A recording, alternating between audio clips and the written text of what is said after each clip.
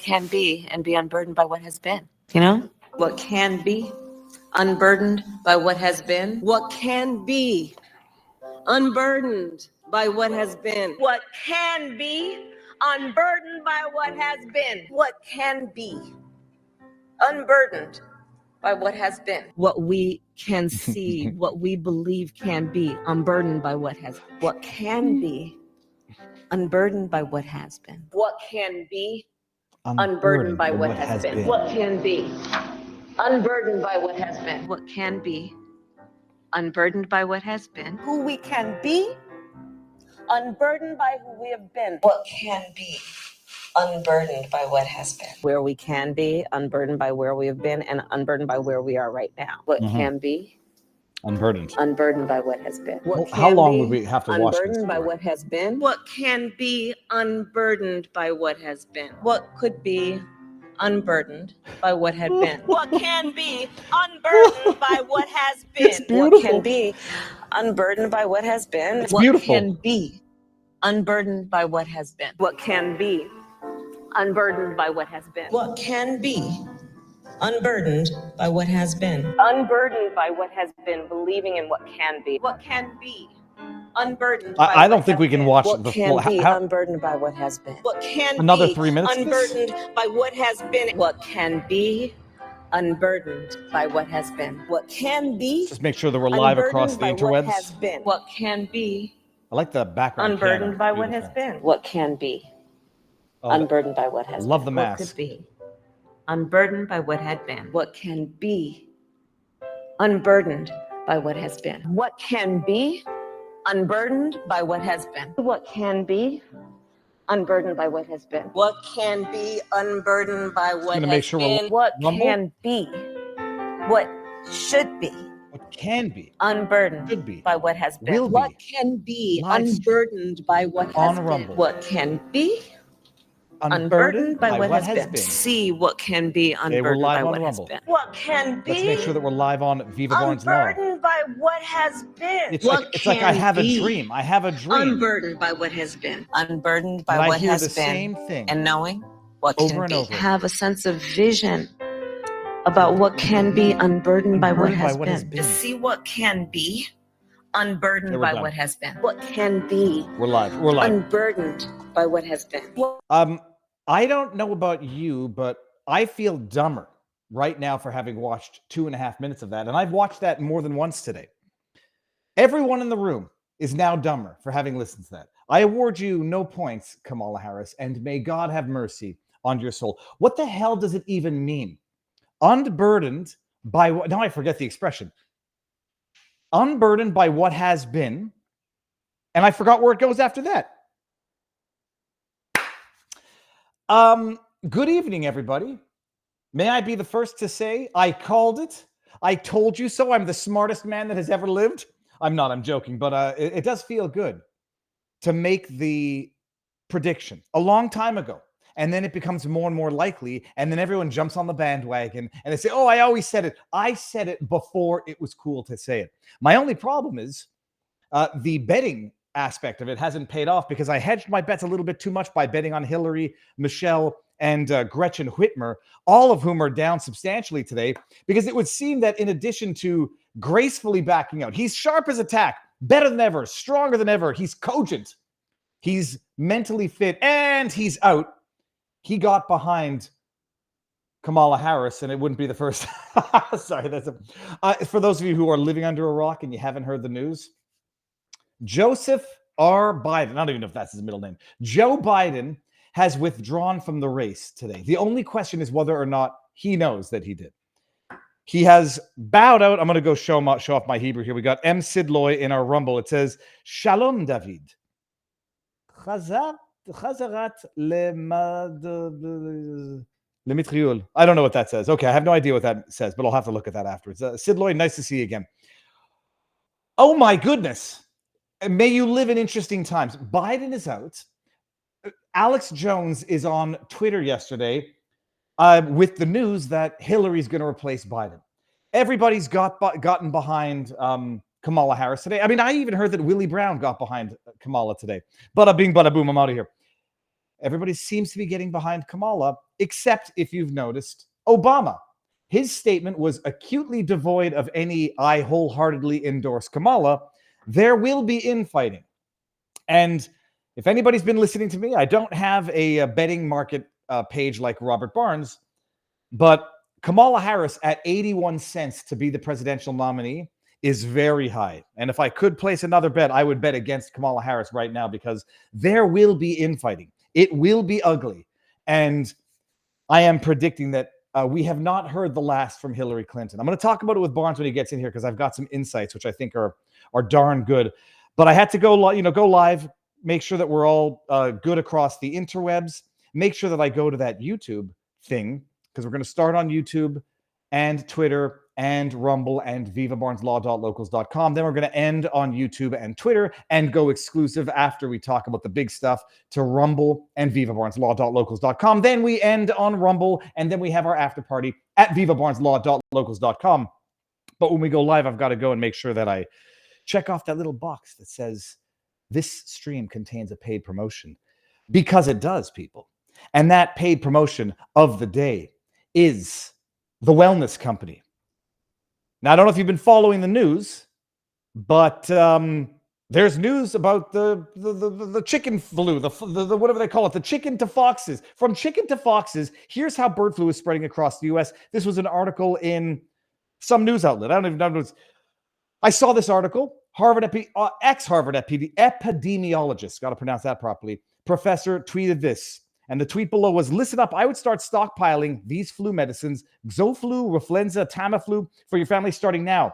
If bird flu is ever human-to-human transmissible, you will regret it when near certain shortages hit. That is coming from Eric Fagel-Ding.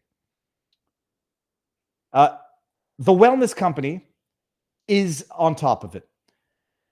If you don't know, it's been founded by Dr. Peter McCullough. The wellness company has what they call the Contagion emergency kit. It has a variety of medicines to treat respiratory illnesses, all of which you need to make sure that you avoid getting stuck in a hospital bed. The wellness company removes the red tape of getting these prescription medicines, which you might not be able to get in the event of the next thing, which there surely will be a next thing. Who the hell knows what the October surprise could be? What's it going to be? War? World War III? Another flu? I don't know, another political violence? Who the hell knows? Maybe it could be. It could be a white pill of an October surprise. Maybe whistleblowers from Secret Service come out and say, yep, they told us to stand down. This was a staged attempt on Trump's life. Who knows? There will be the next thing. And when that thing happens, you're going to want to make sure that you have a contagion kit handy. It's an election year, and we know how desperate each party is. The parties. So being prepared with the contagion kit is probably a good idea. Go to, it's called the Wellness Company, twc.com/Viva. twc.health/Viva. Promo code will get you 30% off, $30 off when you use the code Viva. Use my code. Take the quick intake form after checkout. Kit arrives in about 2 weeks. It's not available anywhere but in the USA. So in Canada, I don't know what you should do. I don't know how it works in terms of getting it, but it's only available in the USA. It's a prescription kit, the Contagion Emergency Kit. Everybody should have at least one in their house. And that's it. Thank you guys very much. People, what I was going to say is this. You'll notice that Obama did not endorse Kamala Harris.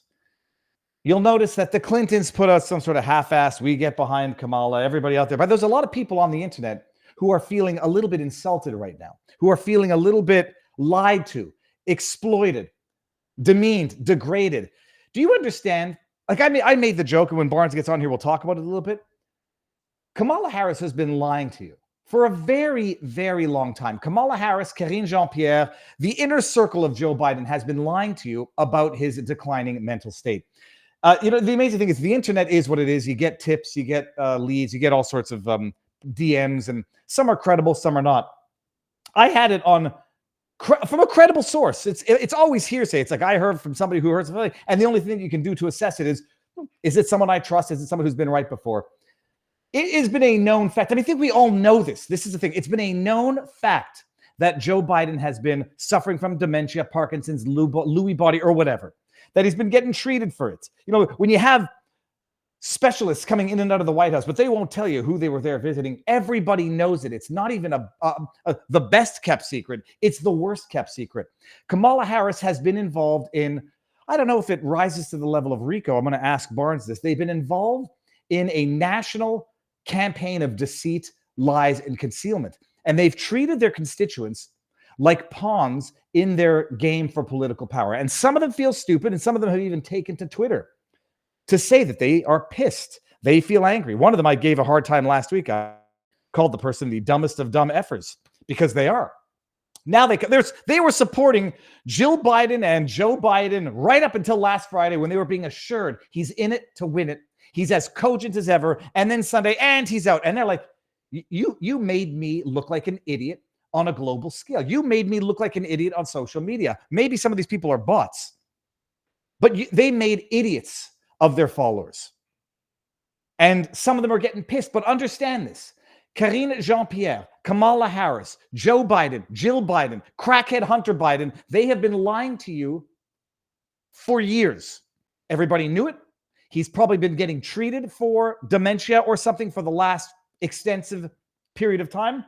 When they say February, he had a full physical, no need for a cognitive test. You're damn right. There was no need for it, because he can't get one and then have to disclose that information when you know that he would fail it, when you know that he's being treated potentially somewhere. So this has been going on for a very, very long time, and they've been lying to you right up until after they tried to assassinate Donald Trump. Well, that didn't work. So now we've got to pull him out. Change the news cycle a little bit. Let's stop talking about that itty-bitty botched assassination attempt on Trump, and let's start talking about Joe Biden out. New invigoration for the party. Younger, dumber, and more female. The dumber and female part are unrelated for you people out there who are going to accuse me of misogyny. Kamala Harris happens to be a woman, and she happens to be as dumb as a bag of rocks. Unburdened from what has been and what will be. So they've been lying to you, and everybody's been realizing it now. Let's discuss something before we fall too far behind. Dread Robert in our locals community says, it was a letter. Do we know that Joe Jill approved it before the release? I said it. I mean, I've been calling it. I've been on fire lately. Joe Biden didn't realize his exit strategy, his exit plan, the request that he drop out of the race. It wasn't a question. The government, as we all know now, especially the tyrannical kind, at first they ask and then they don't, which leads me to believe why it might be, why Obama might not be endorsing Kamala Harris. They might have come to Obama and said, yeah, Michelle, you should really think of jumping in the race for the Kamala, what's going to be a contested convention. Yeah, deep state, I really don't want to. I kind of like our Martha's Vineyard property, and I don't really want to jump into that. Yeah, Michelle, it wasn't a question. You've got a family, and we're the deep state.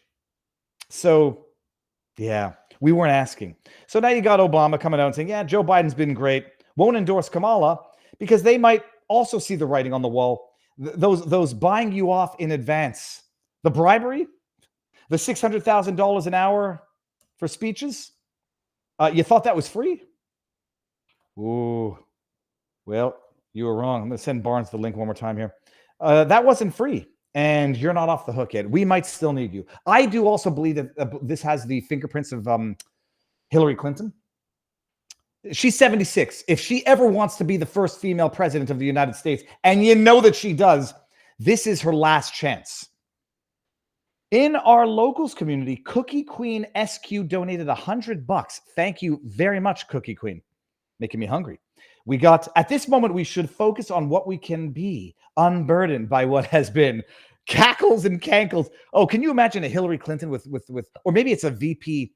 It's Kamala Harris, Hillary Clinton as her VP. And no, she'll be 80. It's too late. It's too late. All right, let's get through some of these here. When are they going to break the news that he's no longer running for president? Bada bing, bada boom.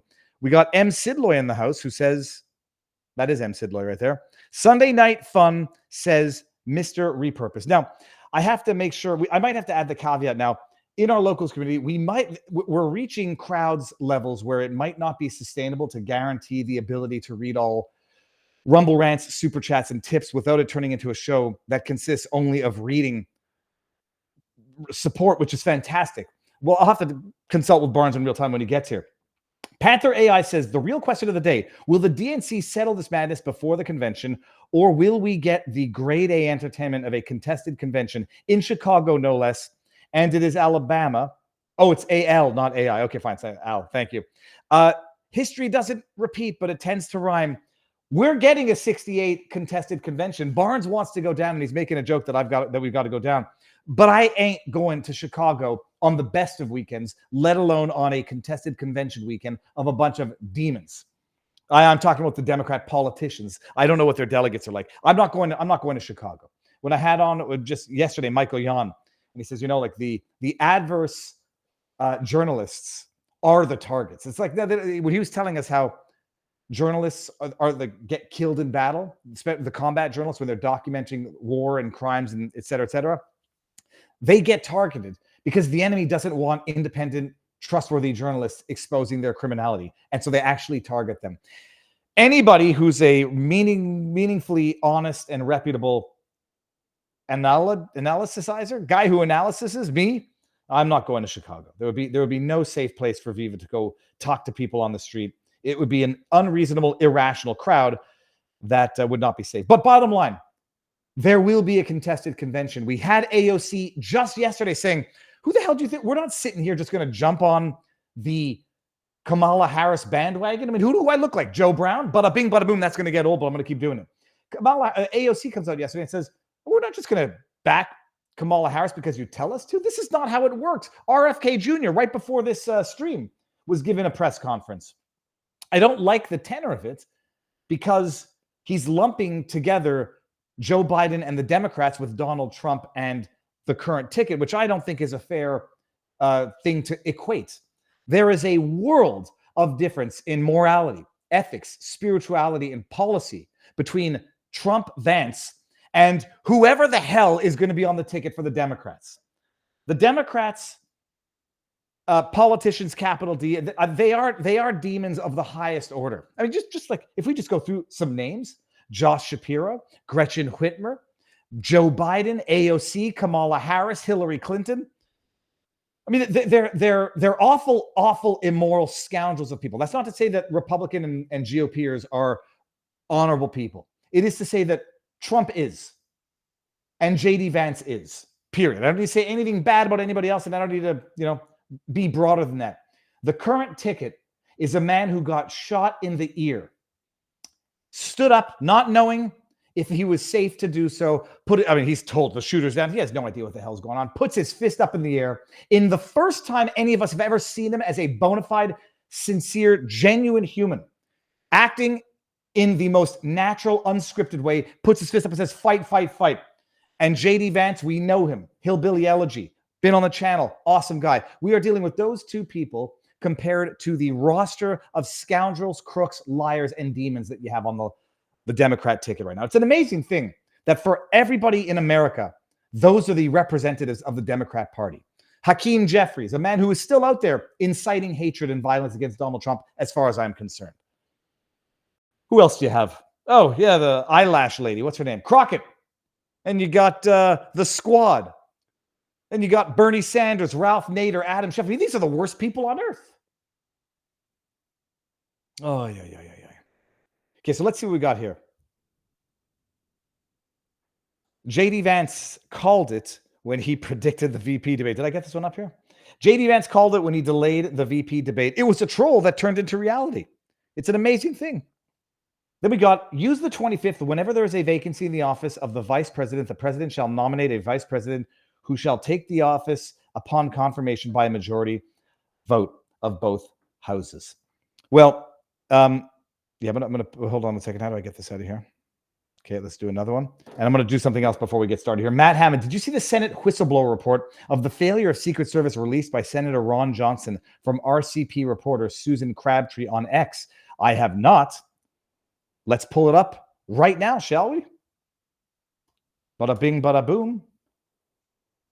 And it says, breaking, Ron Johnson and his staff have written an initial report from... Let's bring this up. Hold on. I'm going to bring this up in incognito. And then I want to bring something else up that came from a member of our community, which I talked about yesterday, but now I've gotten some clarifications that I think are useful to bring to...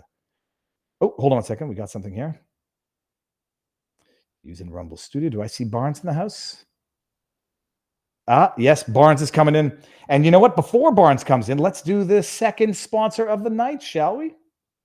What a time, people. We're living on the verge of a 1776, the time we take our country back. And I'm referring to America as our country. I am. Oh, Barnes, you might be on the screen.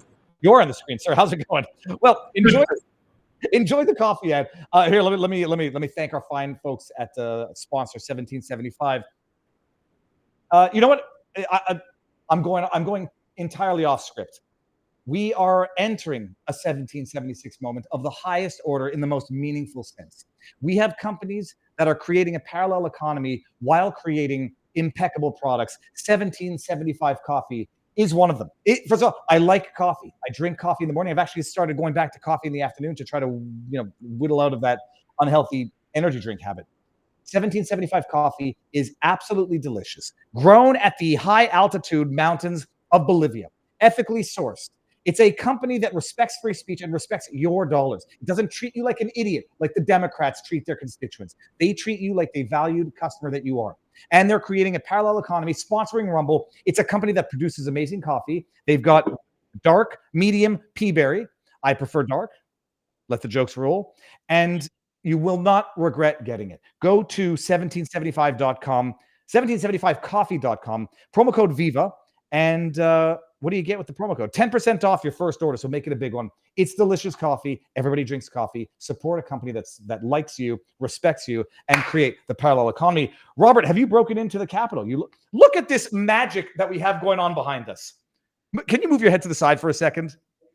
This is unscripted, people. It's level. It's out. Okay, that's actually kind of cosmic. Where on earth are you? In Pennsylvania. Was here for the case on Thursday. Have another case on Monday and Tuesday, and then head back to Vegas on Wednesday, and then probably on with the Duran to break down everything again from a geopolitical global perspective on Thursday. Robert, okay, before we even get into it, everybody, the links to the sponsors are in the description. Look, if this is not Robert, it happened. He freaking backed out. Whether or not he did it, he's out. Can the times be more unprecedented than they currently are? It is definitely a wild time to be alive, or as the Chinese proverb / curse says, let you live in interesting times. No doubt about that. I mean, we have Biden's withdrawal from the race, Soviet style. we have all the legal implications and ramifications of that. We have the Trump assassination attempt and the further information and developments on that. We've got election cases out of the Ninth Circuit. That was the top topic voted on, other than those other topics, tonight at the vivabarneslaw.locals.com board. False advertising cases concerning elections as well. We have the Trump documents case being dismissed for the unauthorized appointment and the appropriations in support of Jack Smith. We have Hunter Biden borrowing the same concept to say his cases should also be dismissed for inappropriate Justice Department approval, though he might be getting some good news very soon in the mail. We got the J.D. Vance, the vice president. We give you some background on him and explain to you what a useful idiot or fool is, and we'll use as our example the one and only Whitney Webb, who does the deep state's bidding as well as anybody. She just doesn't know it. We have the Splenda. We got a couple of fun cases. The Splenda class action, web squatting. People don't know that's actually a illegal thing to do. We got a lot of interesting news about Chicago 1968 style coming up soon. But it includes a lawsuit about how close the protesters can get to the convention section. We got drag queen story time and trainee birth certificates at the Sixth Circuit Court of Appeals. Do first graders have First Amendment rights? That's up to the Federal Court of Appeals. We've got the Ninth Circuit wanting to rewrite the Second Amendment all over again. We got the International Court of Justice against Israel. We've got Huckabee suing Facebook over them promoting gummies when he has done no such thing. And, of course, all the political news. So it's definitely a full package tonight. Robert, what good news is Hunter Biden expecting in the mail? Now that Papa Joe is not going to be running for re-election, I anticipate those pardons are coming soon. Wow. What other incentive is there for him to hold back now? We'll see. I mean, for those that don't remember the Soviet, I'm disappointed I lost my bet. I thought Uncle Joe would hang in there just a little longer. I underestimated the Soviet-style Democratic Party. I mean, Barack Obama really thinks that the Democratic Party is indistinguishable from the Soviet Union. From those who don't know, in the old days, the Soviet Union would take their premier out to his dacha in the summer, much like Biden was taken out to the summer home in Delaware.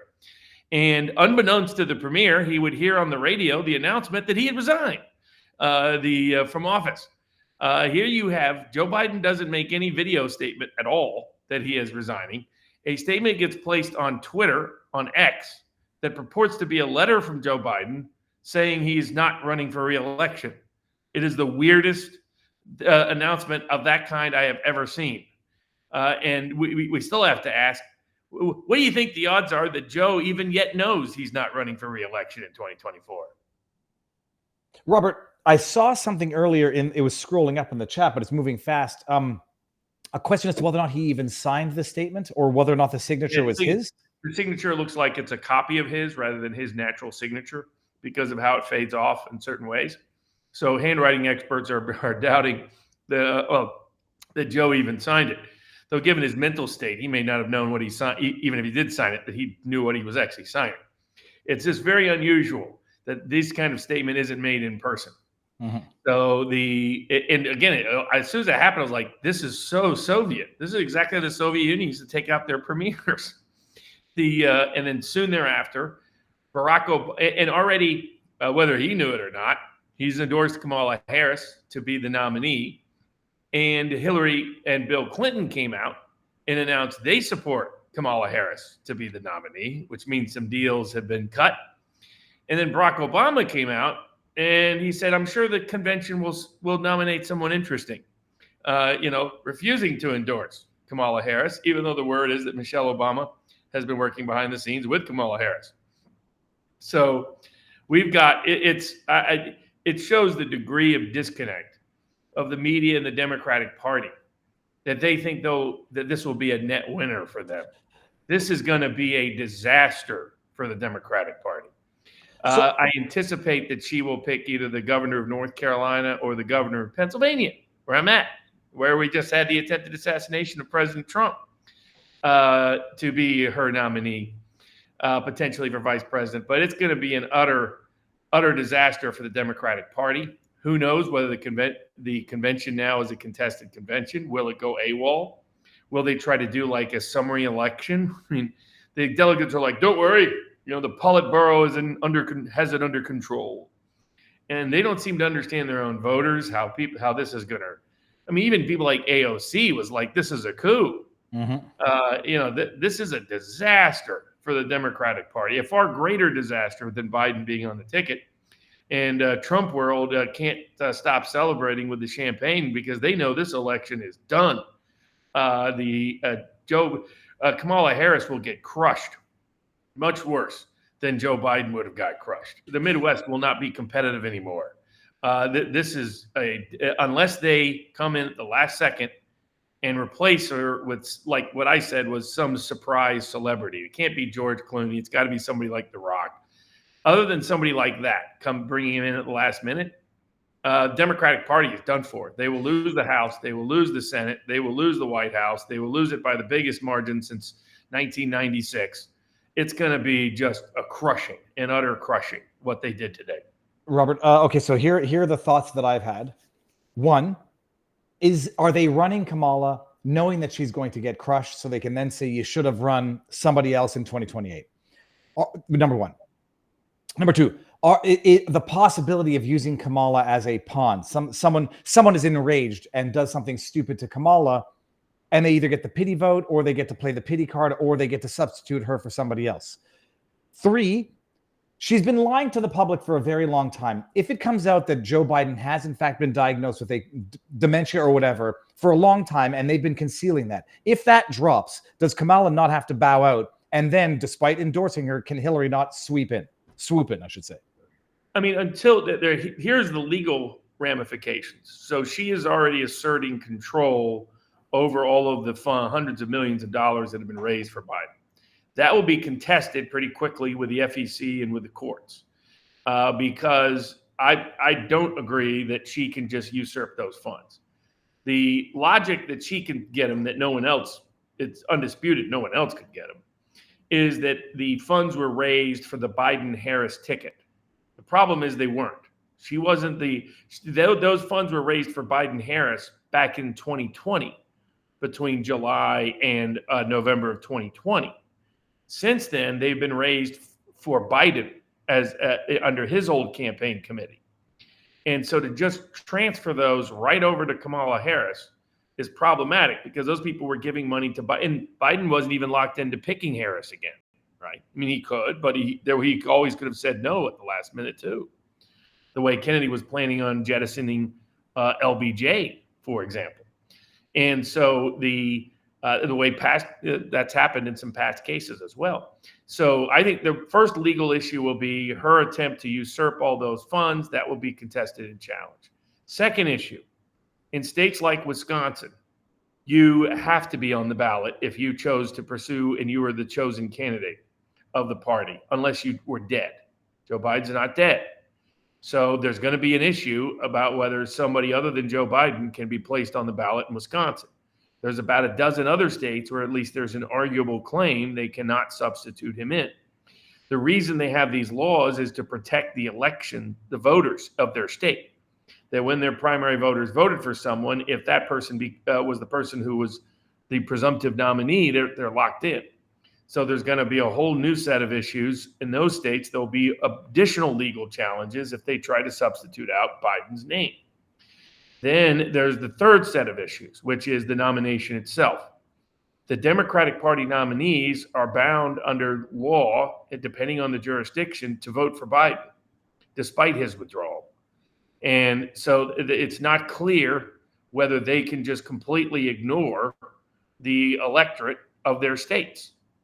And so that's going to be the third problem. Problem 4 is going to be just because Biden has endorsed Harris, those delegates, what are they bound to? So for the ones that are not bound by state law to vote for the person that they're represented, that their primary voters voted for those that are free, if you will, to vote for whomever they want, even though the nominee rules need to change, because right now they're bound to vote under the Democratic Convention rules for Biden.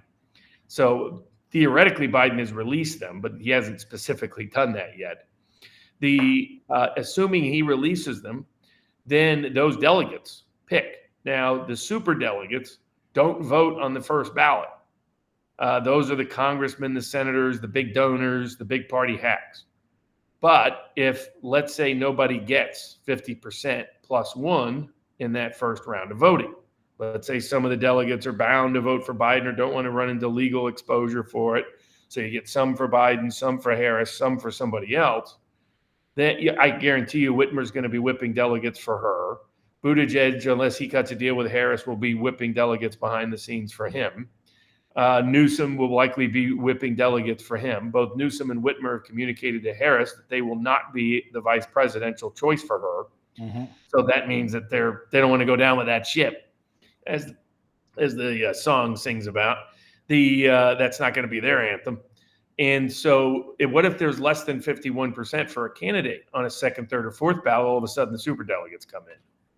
And once the superdelegates come in, the party elites and the donors pick somebody. How does that look to the Democratic Party electorate? How does that look to the country? The best thing for the Democratic Party is one of two options. Either everybody gets behind Kamala Harris so it doesn't look like the complete coup that it is and the undemocratic choice that it has become. Or secondly, they pick someone that everybody loves, that they think that there's this massive enthusiasm for, that there's this thrill of excitement for.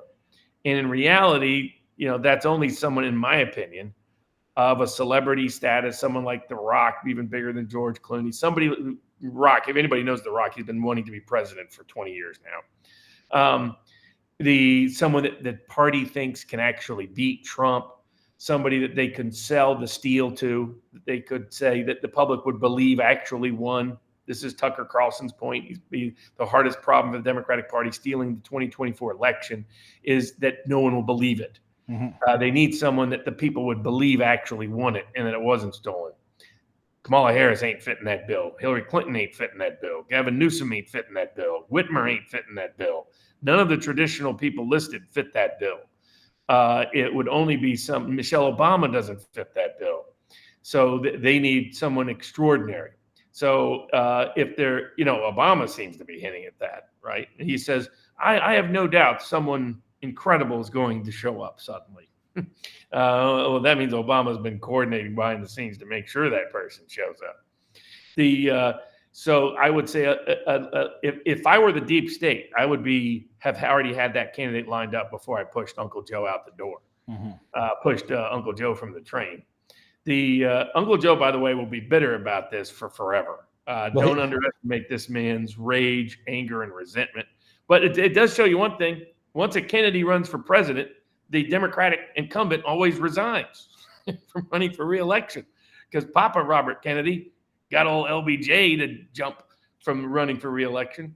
And now Robert Francis Kennedy Jr.'s runs, and all of a sudden Joe Biden steps out. And I think, by the way, that's the reason why they never allowed a competitive primary when they knew Uncle Joe, Papa Joe, was no longer mentally with it, is they were scared that Robert Kennedy would win the primaries. So that they were like, okay, let's lock this down for Joe to make sure Robert Kennedy Jr. does not get the nomination, and we, the elites, can handpick our candidate.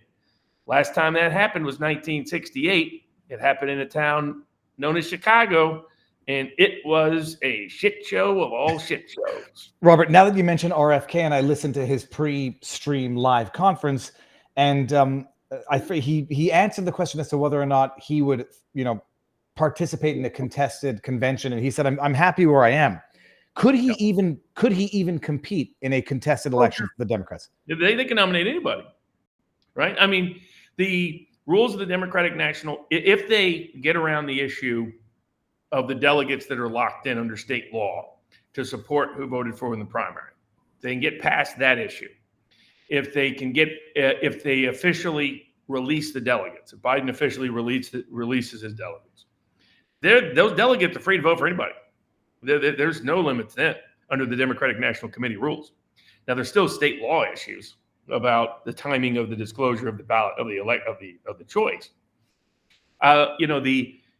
If they're trying to build drama, they need to build a drama in a way that either ratifies Harris or ratifies this new outsider that nobody thought about, right?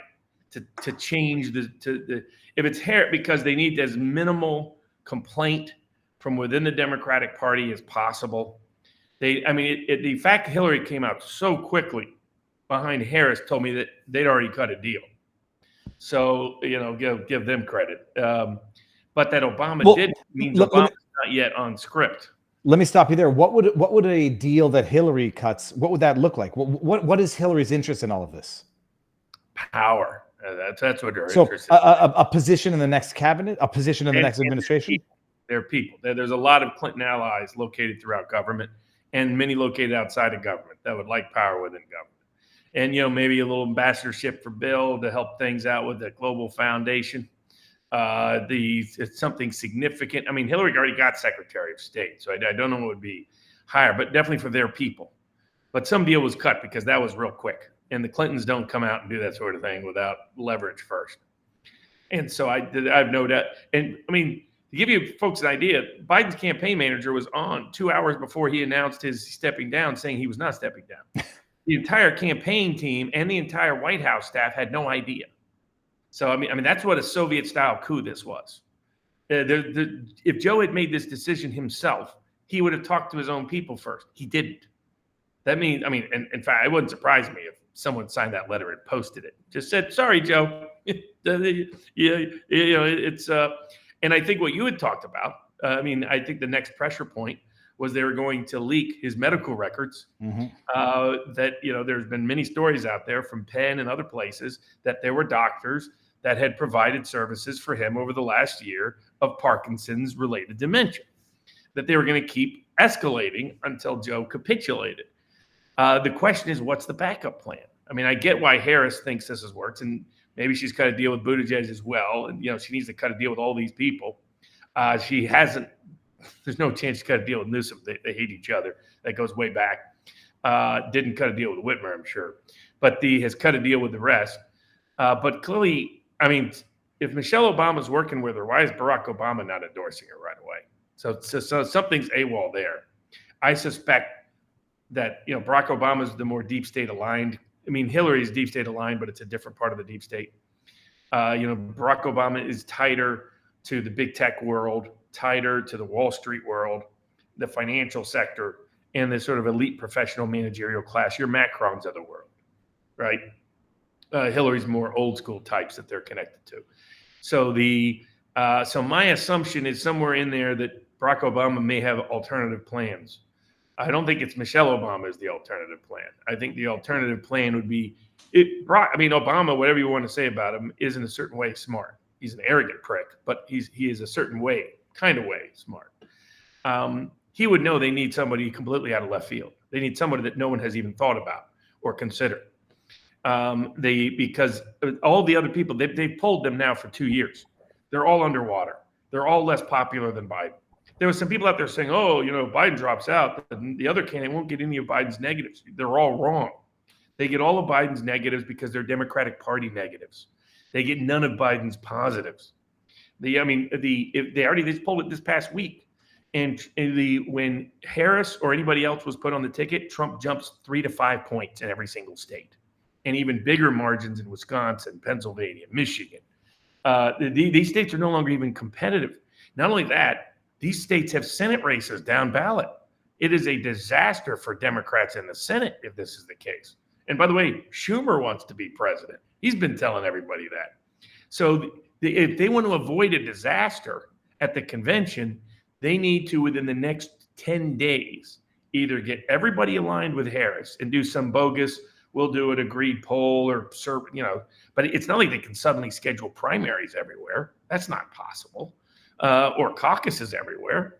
So they need some public pretext to rally behind Harris or rally behind whoever the surprise alternative is.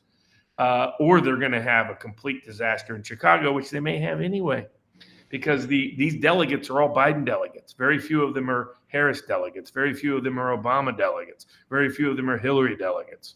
They come from the old corrupt Democratic Party that Joe Biden the old machine that Joe Biden represented. They know if they go into Chicago without a pick, without consensus, it's going to be, they are coordinating. The case came down in the Northern District of Illinois this week. They've already given huge discretion to local police to prohibit protesters from anywhere near the convention on the grounds of security risk, right? So, they do not want Chicago 1968 all over again. But they're going to get it unless they act fast. Let me bring this up. Here's the letter from our locals community. My fellow Americans, over the past 3.5 years, we have made great progress as a nation. Horse crap. Today, America has the strongest economy. I'm going to skip through a bunch of stuff. Yada, yada, yada. Okay, so he's done a bunch of good stuff. I know none of this could have been done without you, the American people. Together, we overcame a once-in-a-century pandemic, yada, yada. We're revitalized, strengthened. Okay, fine. It has been the greatest honor of my life to serve as your president. And while it has been my intention to seek re-election, no crap, 14 million people voted already, I believe it is in the best interest of my party and the country. I believe it is in the best interest for my party. It's interesting. Party over country. Literally, I said I was going to steal that. Who said that? Someone smart said that. Party over country, literally in the phrasing. For me to stand down and focus solely on fulfilling my duties as president for the remainder of my term. Oh, no reason. They're just doing it. I will speak to the nation later this week, more detail. For now, let me express my deepest gratitude. Yada, yada, yada. I want to thank President Kamala Harris. And let me express my heartfelt appreciation for the American people. I believe today, as I always have, there's nothing America can't do, blah, blah, blah. Doesn't endorse her in this statement, but this is what we should be looking at here. Look at the signature and pay attention to that. And let me just pull up It's the end of the signature that's different than his normal signature. Yeah, I'm gonna go to The signature is easy to copy because it's very well. banal. I presume he has a digital signature, but this is what one signature comes up as, and this is another one, Joseph R. Biden Jr. None of these look like the signature that we just saw on that statement. I don't know what this is. So very interesting. He does not endorse Kamala in that statement, but comes out in a tweet afterwards to say it. Whoever's running Holy his hell. says it, yeah. Holy hell. Okay, well, now Kamala, Robert, is currently trading at 82 cents. Would you think that it's a good bet to bet against Kamala Harris at this point in time? I wouldn't bet against at this point in time. She's the most logical choice. Well, like I said, if I was running the Democratic Party, I'd be recruiting someone like The Rock because I need a game changer. You know, I need someone from totally outside the conventional names, someone who the party delegates would say, oh, yeah, I could see him winning, someone who will stick to the script and obey the relevant rules. And it would be somebody like that. Some people said George Clooney, but he comes across as too much of a prick. So I just don't see him being quite that. But Robert, in his day, Robert Redford, but not now. Paul Newman in his day, but not now. Also, those guys can be independent. So I think now, of course, it would be smart for them to nominate Robert Francis Kennedy Jr. or Tulsi Gabbard, of course, but there's zero chance they're going to be doing that. There's no way in the world that the deep state is going to allow a race to come down to Trump versus Kennedy, because then it's deep state screwed. That's not happening. So it's either going to be Kamala Harris or a surprise outsider. That would be, but I would say 85% chance that seems right. Given I think she's at minus 900 in the offshore books. That strikes me as about accurate.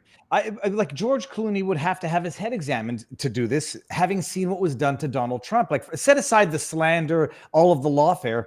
Like, he wants to enjoy his wealth. He wants to enjoy his celebrity. So does The Rock. They don't want literal bullets flying at them like they just saw with Trump. So I don't think I think I would bet against Kamala. I think it's going to be something of a Hillary. They're going to leak something bad on Kamala, force her resignation, or force the substitution, or it's going to be contested, in which case, who the hell knows what's going to happen? It'll be wild.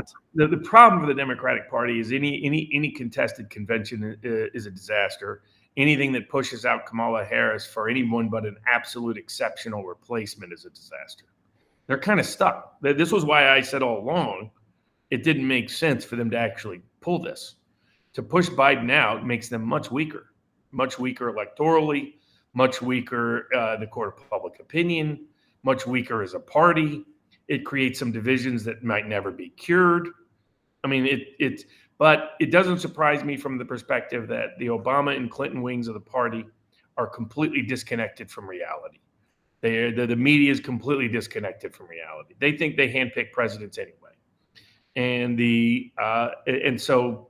They don't understand that the party is unpopular as a party. They don't understand that it's the party's policies that make them unpopular. Changing chairs on the Titanic ain't stopping it from sinking. So they need a rescue is what they need. And it's somebody totally out of left field would be the only kind of person who could rescue them at this moment.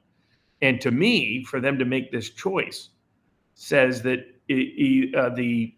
that they may have somebody like that, given what Obama put out. Because otherwise, this is a dumb choice. This is political suicide. I get all the problems with Biden and his mental health and his mental acuity, but he was still well liked amongst a group of voters that could keep the election close. That Hillary's more unpopular. The Harris is way more unpopular. Newsom is way more unpopular. Whitmer would do fine in Michigan. She's not going to do well anywhere outside of Michigan. So, they don't have a substitute. They never did. I mean, this was why, practically speaking, the smart polls were consistently saying replacing Biden is not really a viable option. Well, now they pulled that trigger. Let's see what a disaster it breeds, because that's what I think is coming. It's Democratic disaster.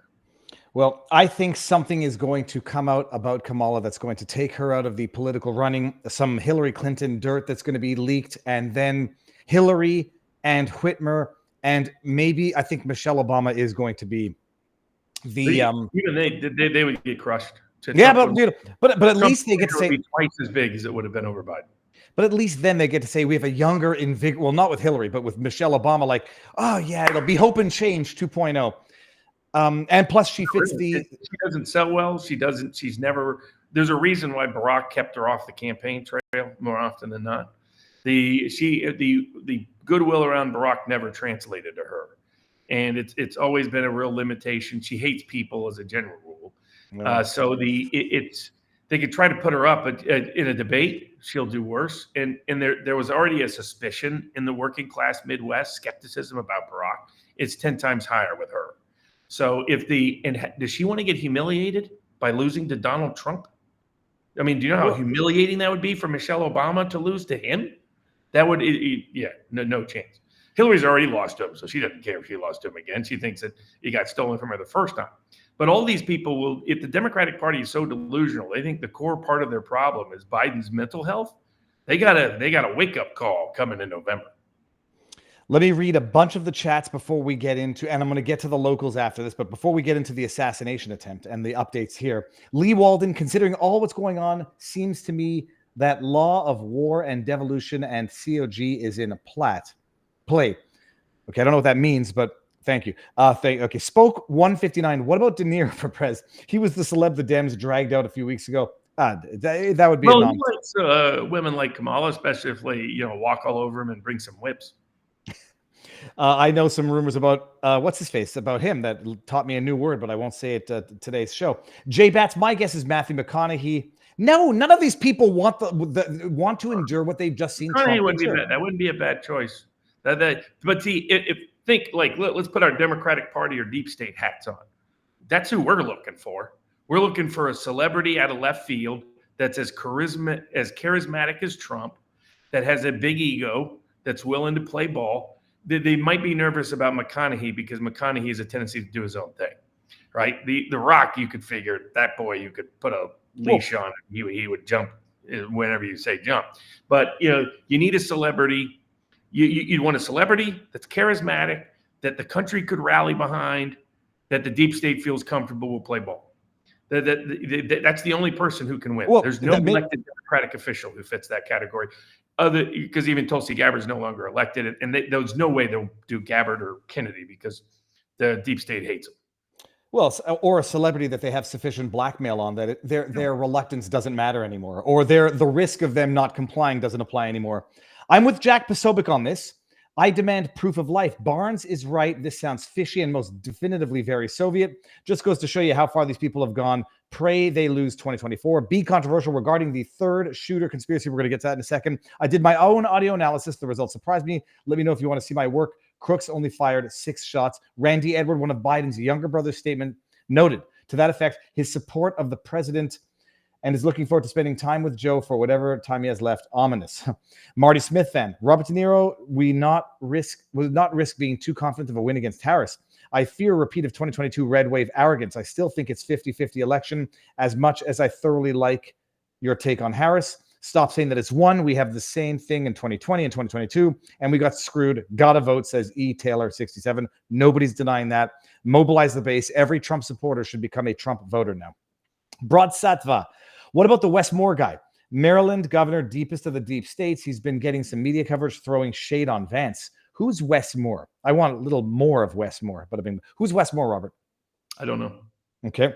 Why is no one concerned about Donald John Trump talking about naming BlackRock CEO Fink as head of Treasury, Chase CEO Diamond head of the Fed, Teal handpicked Vance, and Teal handpicked Vance? This is the swamp. It's like he learned nothing. I'll get into the Vance stuff. That's utter nonsense about Vance. Pork Chop Express with 55 there. Viva, please invite Peak Prosperity Chris Martinson. He's been on twice now. Crowdsourcing the investigation into the assassination attempt.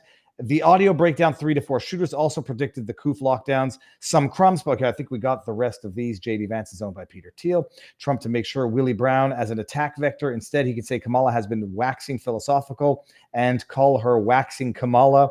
Do you think Bernie Sanders will try again only to have his vote screwed over by Hillary V6 Neon? Bernie is out, right? There's no chance of Bernie? Oh, no, but Bernie could still throw his hat in the ring if he doesn't like where things are going. Can you do a vid on the Wall Street short by Wall Street company, partly owned by Bushes, Bakers, and BlackRock, all deep state actors in the billions of dollars? Yeah, I think they explained away their short selling DJT stock as it wasn't actually shorted. It was just a clerical error or an administrative error. Would love to believe the left. Why would anyone believe the left when they now know they were being lied to the whole time? Crazy. Absolutely. They've been used and abused. Use the 25th. Whenever there's a vacancy in the office of the vice president, the president shall nominate a vice president who shall take, upon confirmation, the majority of both houses. J.D. Vance called it when he delayed. Okay, the rest we got here, I think. Sunday night fun, mystery purpose. Robert, before we get into the law stuff, this is what we'll end with before we move over to Rumble. The updates on the assassination attempt. Have you been following this throughout the week? Yeah, so I did a video on Friday afternoon with Rep. George Gammon on his Rebel Capitalist show, and did a breakdown of what we then knew and laid out the argument against the official narrative, or to express skepticism towards it, kind of a hush-hush, if you will. That video is blown up. It's gone viral. The interest level in this is obviously very substantial. People have their doubts and skepticism about what happened. We now have, since then, reports from Senator Hawley, who went to the scene, Senator Ron Johnson, who got more information, and the other information coming out from a range of sources. Chris Martinson of Peak Prosperity did his analysis of the audio. Some others have done. Alex Jones had somebody on and Owen Schroyer had somebody on at InfoWars doing audio breakdown. And so the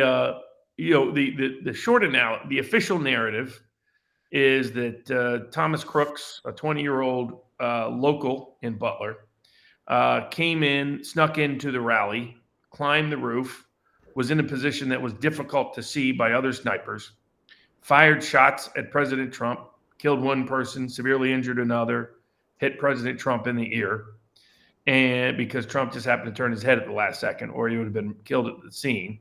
Mm-hmm. And then that the counter sniper team took out Crooks, and that's all there is to it.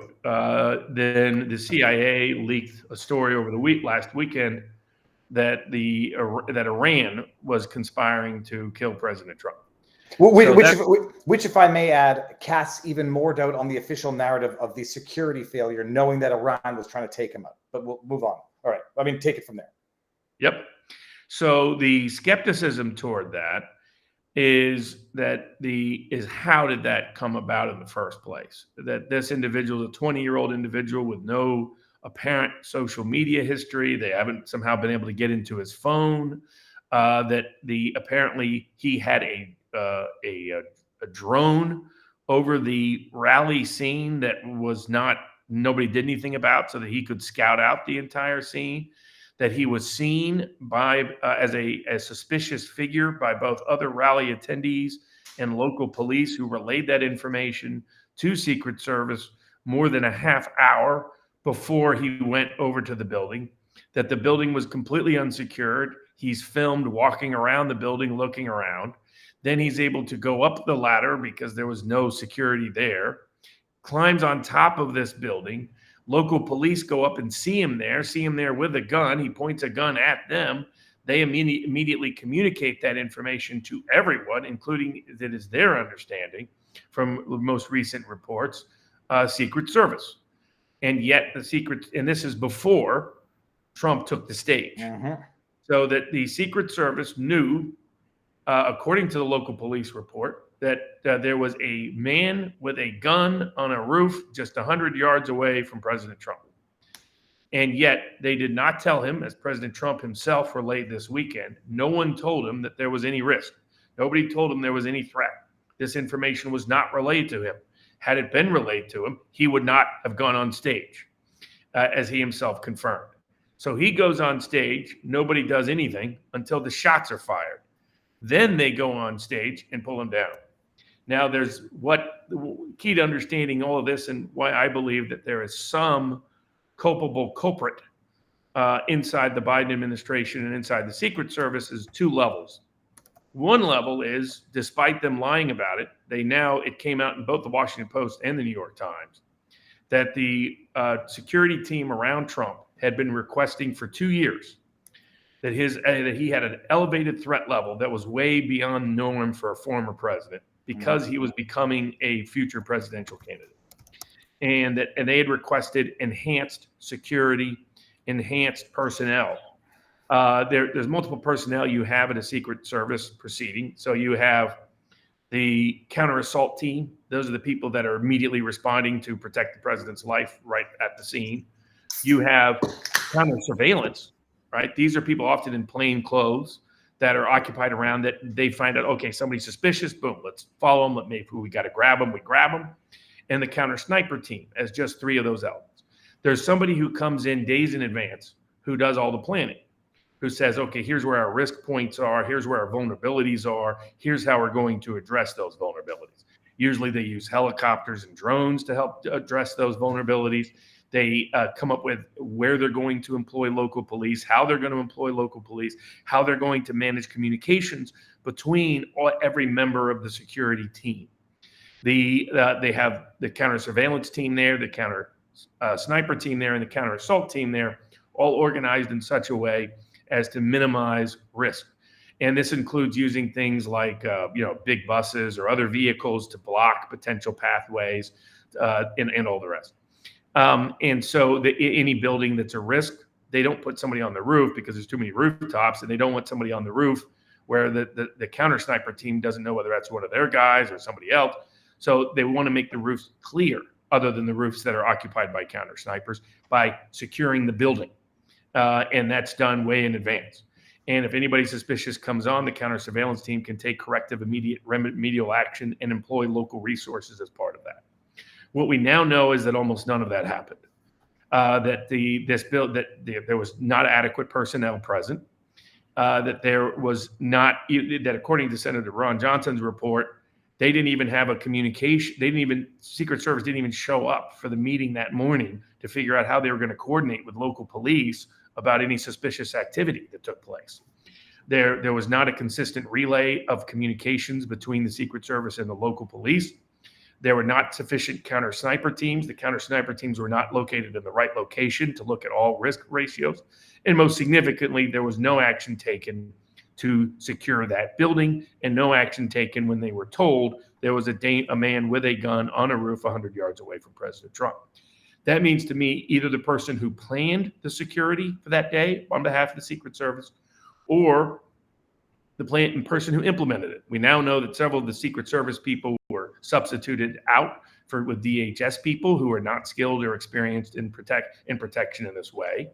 We now know that several members of Trump's traditional team were given off and were not there that day. We know several of the high-quality Secret Service agents that know that area were reassigned to either Jill Biden holding a fundraiser on the same day in the same state, and apparently Kamala Harris was holding a fundraiser in the same day in the same state, both a little unusual, but that these officers were reassigned so that it was an undermanned unit without its traditional Trump knowledgeable, Trump loyal, you might say, Secret Service staffers, and that the plan itself created multiple levels of vulnerability. And that had to be a deliberate choice in the personnel, deliberate choice in the quantity and quality of the personnel, and most importantly, a deliberate choice to not secure a building, to not provide consistent, quick communications, to not provide immediate corrective action when notice was made of a dangerous sniper. They didn't even have the counter sniper teams in the right locations. Excuse me. So I have no doubt it was an inside job. But I do break it down a little bit further with George Gammon. And probably on Thursday, we'll be breaking down all of the issues, but putting it in sort of a global context of other assassinations and assassination attempts over history and time. With the Duran, I think it'll be on Thursday. Don't know if that date works for them. It's the first date that works for me. But, the America's unique in always having, for the most part, in these lone assassins. Right, the lone crazy person going to kill somebody, that's not a common assassination thing throughout world history.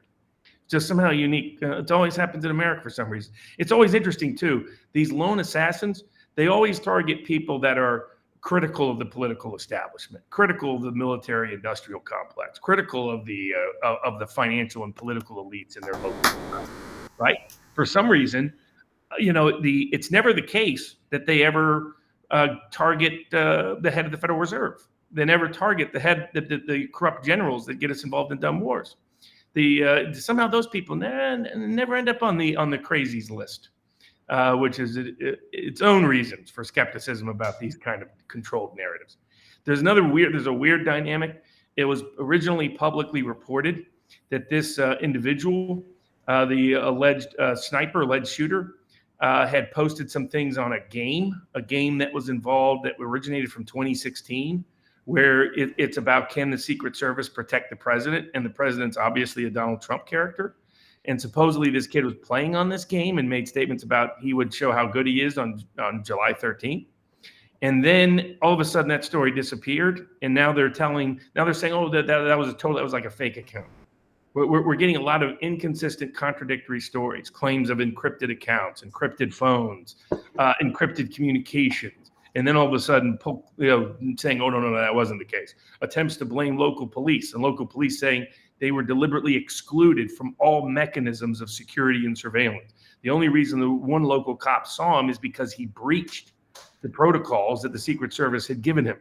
Why was the Secret Service interested in excluding local police from protective detail when they were already understaffed? Might it be because Butler County is a very Republican county, where you don't control the DA, you don't control the local cops, you don't control them? Now, of course, state of Pennsylvania, where I'm currently in, Governor Shapiro might have been a willing complicit ally in various aspects. You might have had confidence that the state police would play ball, but local police, you couldn't have such confidence. So all of the evidence points to, as President Trump himself hinted at, that something happened at the various high ranks within people of power. And sometimes people say, oh, Barnes, that means everybody has to be in on it. Not at all. The counter sniper team may have known nothing. They were just following their assignment. The counter assault team may have known nothing. They were just following their assignment because somebody prevented the communications in a timely manner. Somebody was controlling that part of the process. It's the person who put the plan in and or implemented that plan that is the person we need to be talking to and getting more intel on. And who would that be? I mean, is it, what's her face, Kim Cheadle, among others, or did she? No, she's the head of the Secret Service, so she wouldn't have been the person to do the plan right there at the scene. So Cheadle may have her culpability because she refused to assign adequate resources to President Trump, just as she refused to provide any Secret Service resources to Robert Kennedy Jr. As I said last week, it's been clear that Joe Biden has wanted his opponents killed. I mean, it's obvious. But how it happened on the ground in this instance, how this kid gets involved, what was really going on, those things raise additional questions. And I think the timing of it, once President Trump was nominated, they were going to be required by law to provide him more resources, Secret Service resources. He would have also been on the ballot, guaranteed, he would have chosen his successor. So I think the timing was to have this incident occur right before that. And how did this 20-year-old kid know and got confirmation that he could just carry he could go walk around, scoping everything out, have his drone scope everything out, then walk over the ground, say hi to everybody almost, and then climb up and get his gun ready? How did he know that was going to happen on that day? So to me, there's almost no way it can happen without a sequence of extraordinarily unlikely coincidences involving whoever was planning and implementing the agenda. It doesn't mean anybody else on the scene necessarily was involved at all. You might have had some people who questioned competence and capabilities, but then the question is who put them there. That's the more important, consequential question. So, and whether or not we're going to ever find out that this kid was known to the FBI or groomed. I mean, I appreciate Martinson's analysis that there's multiple shooters or at least multiple shots. They clearly sound like different firearms. They come in different, one, two. His Martinson's verbal method of making the gun sounds is very good. Like he does it like almost like a beatboxer. I also believe that there were at the very least two, if not three, different firearms shot, because you can hear it with your own ears. People are hypothesizing whether or not it's because the mic was pointed in a different direction, but the echo's different. The way they are shot off sounds different. And we don't yet know if the snipers took multiple shots to take out Crooks or if it was only the one last shot, in which case there's 8 to, 11 shots that need explaining. And who is the man in the gray suit, right? It's come out that there was some guy in a gray suit who was not Secret Service, who they thought was Secret Service, who went up on the roof and said and instructed, hey, send this photo to this phone number of the shooter, and then walked off the roof. And there's been no clarity on who the heck he was. There's some discussion that it has some connection to ATF. Hold on, say what this man on the gray suit, with the gray suit said on the roof. He instructed them to take a photo of the dead assailant, and he told them what phone number to send it to. And they thought they were doing this on behalf of the Secret Service. Turns out the man in the gray suit didn't work for the Secret Service. It turns out, apparently, the latest report is that the phone number they sent it to was to someone in the Bureau of Alcohol, Tobacco, and Firearms. And in order to run his identity is the official narrative. But like, who the heck is the guy in the gray suit? So, I mean, we got lots of weird stories and information circulating. They have basically shut down meaningful press conferences on this. I don't have any confidence in the state of Pennsylvania. Now, the local county has some good, sharp people. And, we might look into it at 1776 Law Center, because in the state of Pennsylvania, you can petition the court to have certain people investigated or indicted without regard to the district attorney's office. And the court can order the prosecutor to prosecute and investigate. So it gives you this sort of extraordinary potential access of using making sure the criminal authorities do the proper investigation. And I think there's good reasons to want that done here, because the official narrative isn't really holding up very well. Seems that I've somehow switched off to the bad mic, back on the good mic. Robert, one of my concerns is that there's a lot of information, disinformation, that I feel that they're throwing a crap out there and in order to get it. I mean, it was interesting to me, this guy. So Bill Ackman, quoted somebody. First, he quoted what Martinson's report, and then he quoted this other guy who was like, "Oh no, it's a lone shooter, and I can give you the simulation and show you the lone shooter." Mm-hmm. But then you look that guy up, right? And the guy that's saying it's definitely a lone shooter, he lists his office address as Langley, Virginia. And then you go to his Substack, and his Substack appears to be blaming Russia for Nord Stream 2, the Nord Stream pipeline bombing. And that made me think, okay, now I'm really doubting the lone shooter story. When boys from Langley start telling me that the ones that are trying to tell me that Russia blew up its own pipeline, they're saying, don't worry, everybody, it was a lone shooter. I'm going to be even more skeptical of what took place. So whatever it is, there was an extraordinary security breach for which the more logical explanation is deliberate action than pure random accident. That's what I feel confident saying at this point. We don't know a lot of the rest of the information. We won't know. We're going to get bombarded with both disinformation and accurate information in terms of sourcing, in terms of storyline, and all the rest. And they're going to do that deliberately to make it difficult for us to ever put together what happened. They tried to keep Senator Hawley from investigating at the scene. That's suspicious. The Secret Service director refused to answer questions of United States senators and congressmen right at the Republican National Convention.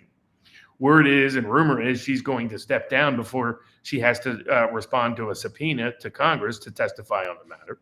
I hope Congress uses their power. I mean, the other aspect of this we have is that there appear to have been, and there's inconsistent information on this, but there appears to have been people shorting the Trump stock in the days and weeks leading up to this event. And at first, we were on Tim Pool, and Tim Pool was discussing it. That company that appeared to have a massive short on Trump stock, and a short, for those people who don't know, is you're betting the stock is going to take a massive decline very quickly. Of course, had Trump been murdered, that Truth stock would have plummeted because it is so tied to Trump. And someone was betting that was about to happen. And the bet was placed after it was known his sentencing date had changed, or at least appeared to be. Now, the company that was listed as placing one of those big bets came out and said it was a technical error and said that they just added a bunch of zeros. And people have noted that this company never made that mistake before. So there's suspicions about that. But independent of that, and that company it's my understanding, was based in Austin, Texas. That gives Texas jurisdiction to investigate what took place here. But the other component is there were people who've done independent assessments of activity in Trump stock, regardless of this other company making this particular short, that appeared to suggest there were major shorts going on in the days leading up to the assassination in terms of the price of Trump stock. So these people cannot help themselves. They love to line their own pockets. It tends to be a way to incentivize people to participate or be complicit or keep their mouth shut. For 9/11, there were people shorting the airline stocks has never been satisfactorily explained, to my opinion. They've had various explanations for this, but I've not bought them. But that's another angle to pursue. But I think bad faith actors tried to assassinate President Trump, and I think Trump made the corrective remedy by accelerating his nomination to early Monday, to picking someone like J.D. Vance, who, contrary to that useful idiot Whitney Webb, is a great populist choice. Here I disagree with Robert Kennedy as well. I think Robert Kennedy's been listening to Whitney Webb. That's an unreliable source, to say the least. We'll get into that. And then doubling down on a much more populist message. Now, he's floated some names for appointments that I'm not a fan of, and then we can discuss that a bit later. But I think Trump interpreted it as a coordinated effort to take him out. But the whole truth we'll probably never get, unfortunately. All right, what we're going to do now, we are going to go over to Rumble. Let me give everybody the link. We're going to end this on YouTube and Twitter. But while I do that, link is pinned in the chat. Before we do that, there's a super chat. If in Trump's RNC speech, he specifically said that the Secret Service sniper took him out with a single shot. There was some question as to whether or not that is the case as well. Hunter will be peace, no longer be first son. Okay, but hold on. But there's even questions as to whether that person is the person they're saying he is. I've seen as well. But like, again, I don't want to. A lot of this, I believe, is muddying the water so that somebody repeats. We don't know. Yeah, I mean that's the core problem. We know we can't trust the people who are investigating. Yeah, that's for sure.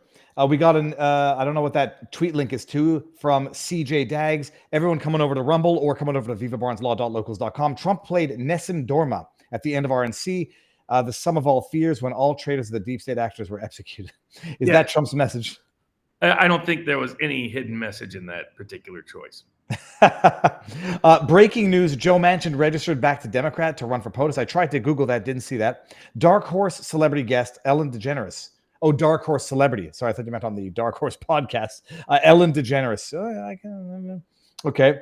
I understand that Trump had private security team everywhere he went. Were they there that day? Snuggle struggle. That was from Christine in Texas. Snuggle struggle. They all knew the threat. They obviously leaked the intel and let it happen. Why else would all of establishment media cover this specific rally when they refused to cover Trump rallies before? That I wanted to double check as to whether or not Doug Mills was at prior Trump rallies, whether or not CNN was live streaming other Trump rallies. More details on locals. I live in rural Virginia and I'm currently in a fight with the zoning board trying to force me to get rid of my classic cars. They claim I'm running an illegal junkyard. Old equals junk. They intended it to be a Friday computer outage as an Iranian cyber attack to solidify support for a war with Iran after Trump had been killed. 1-2 punch to get to war. Barnes, can you talk about the Title 50 USC and the security state? Annie Jacobson goes deep into her book, Surprise, Vanish, Kill. All right. What we're going to do now, we're going to end it. Actually, let me before we fall too far behind, I'll get a bunch of the rants, not the tips in vivabarneslaw.locals.com. Frank Beans says they need Biden alive for the October surprise to bolster the Democrat perceived vote. See about that. S. Ren, it's easier than you think. One person in the right position can manipulate the personnel, worst of the worst. Tell protection team leader the locals have a security issue and don't trust them, and use new people so you can advise and adjust their plan, leaving holes. Easy to create confusion using positions of power. Going up, we got Judy Hodgkin says, Josh Hawley is saying whistleblowers tell him the problem is not just the Secret Service. The majority of the security detail were DHS, Department of Homeland Security. I believe they answer to Alejandro Mayorkas. Looks to me like the United States Secret Service focus is a diversion. And question for Barnes, do you think Trump is safe now, from the CCO? Robert, what do you think about that? Well, the ability to take the consequence of taking him out now is more problematic for him, and so I think it will be much. I think that was their one best shot, and whatever you attribute to, spiritual or otherwise, he turned his head at just the right time. Brandon Herrera did an amazing video where he showed in slow motion and made the actual shot. I won't show it because it's an impeccable video, and I don't want to show the crux of his hard work. So Brandon Herrera, I'll send the link around. I think it's that's it. Brandon Herrera, go check it out. It's amazing. All right, we are going to end on. We're going to go to Rumble and Local, so it's going to end on YouTube and Twitter. VivaBarnesLaw.locals.com. The audio will be on podcast on Viva Barnes Law for the People on Podbean and wherever else Podbeans are things. I'll post the entire stream to Viva Clips on YouTube tomorrow. And that's it. We're off. We're going to the free speech platform, Rumble, and VivaBarnesLaw.locals.com. Update the stream. There it is. Robert. Not according to Whitney Webb, Viva. Rumble's part of the deep state. Donald Trump is a mobbed up deep stater. J.D. Vance is a deep stater. Peter Thiel is a deep stater. Elon Musk, he's a deep stater. Steve Bannon, definitely a deep stater, according to the wisdom of Whitney Webb. Well, here's the problem. Like I'm inclined to like Whitney Webb because she's been right on some things and done good work on some things. The question is she deep state? I don't call her deep state, but does she get to a point in her life now where she's seeing conspiracies where they don't exist? I mean, this is how you traumatize yourself and you see conspiracy everywhere and you trust no one to the point where nothing is what it seems, which is a fair thing to think. But does she get consumed by her own conspiracy paranoia, as Alex Jones acknowledged he did when it came to Sandy Hook? I haven't been listening to what she's been saying, but I can understand. Yeah. Hey, I can... Talking with Michael Yon yesterday, and he's like, Trump is into WWE. You can't write off the fact that this might have been staged from his end to make him into the hero. Slap a little blood pack on. I don't agree with it. But then I think like someone who's on the left who might be thinking the way, had this been, I don't know, Joe Biden or Hillary Clinton, they come out looking like a hero. I say like, my goodness, I'm skeptical. So I can't write it off, but I don't believe it. But what's she saying? What is Whitney Webb saying, Robert? So this is the example of a useful fool or useful idiot. So a useful fool or idiot, if you study COINTELPRO or you study counterintelligence operations or anything like that, one of the biggest concerns of any corrupt power holder, the establishment, deep state, military industrial complex, whoever they may be in a particular governing society, a particular given time, is they need to make sure that their allies or their adversaries don't ally with each other. And and to make sure that certain information is discredited. And one of the best ways to do so is you need a useful fool or useful idiot.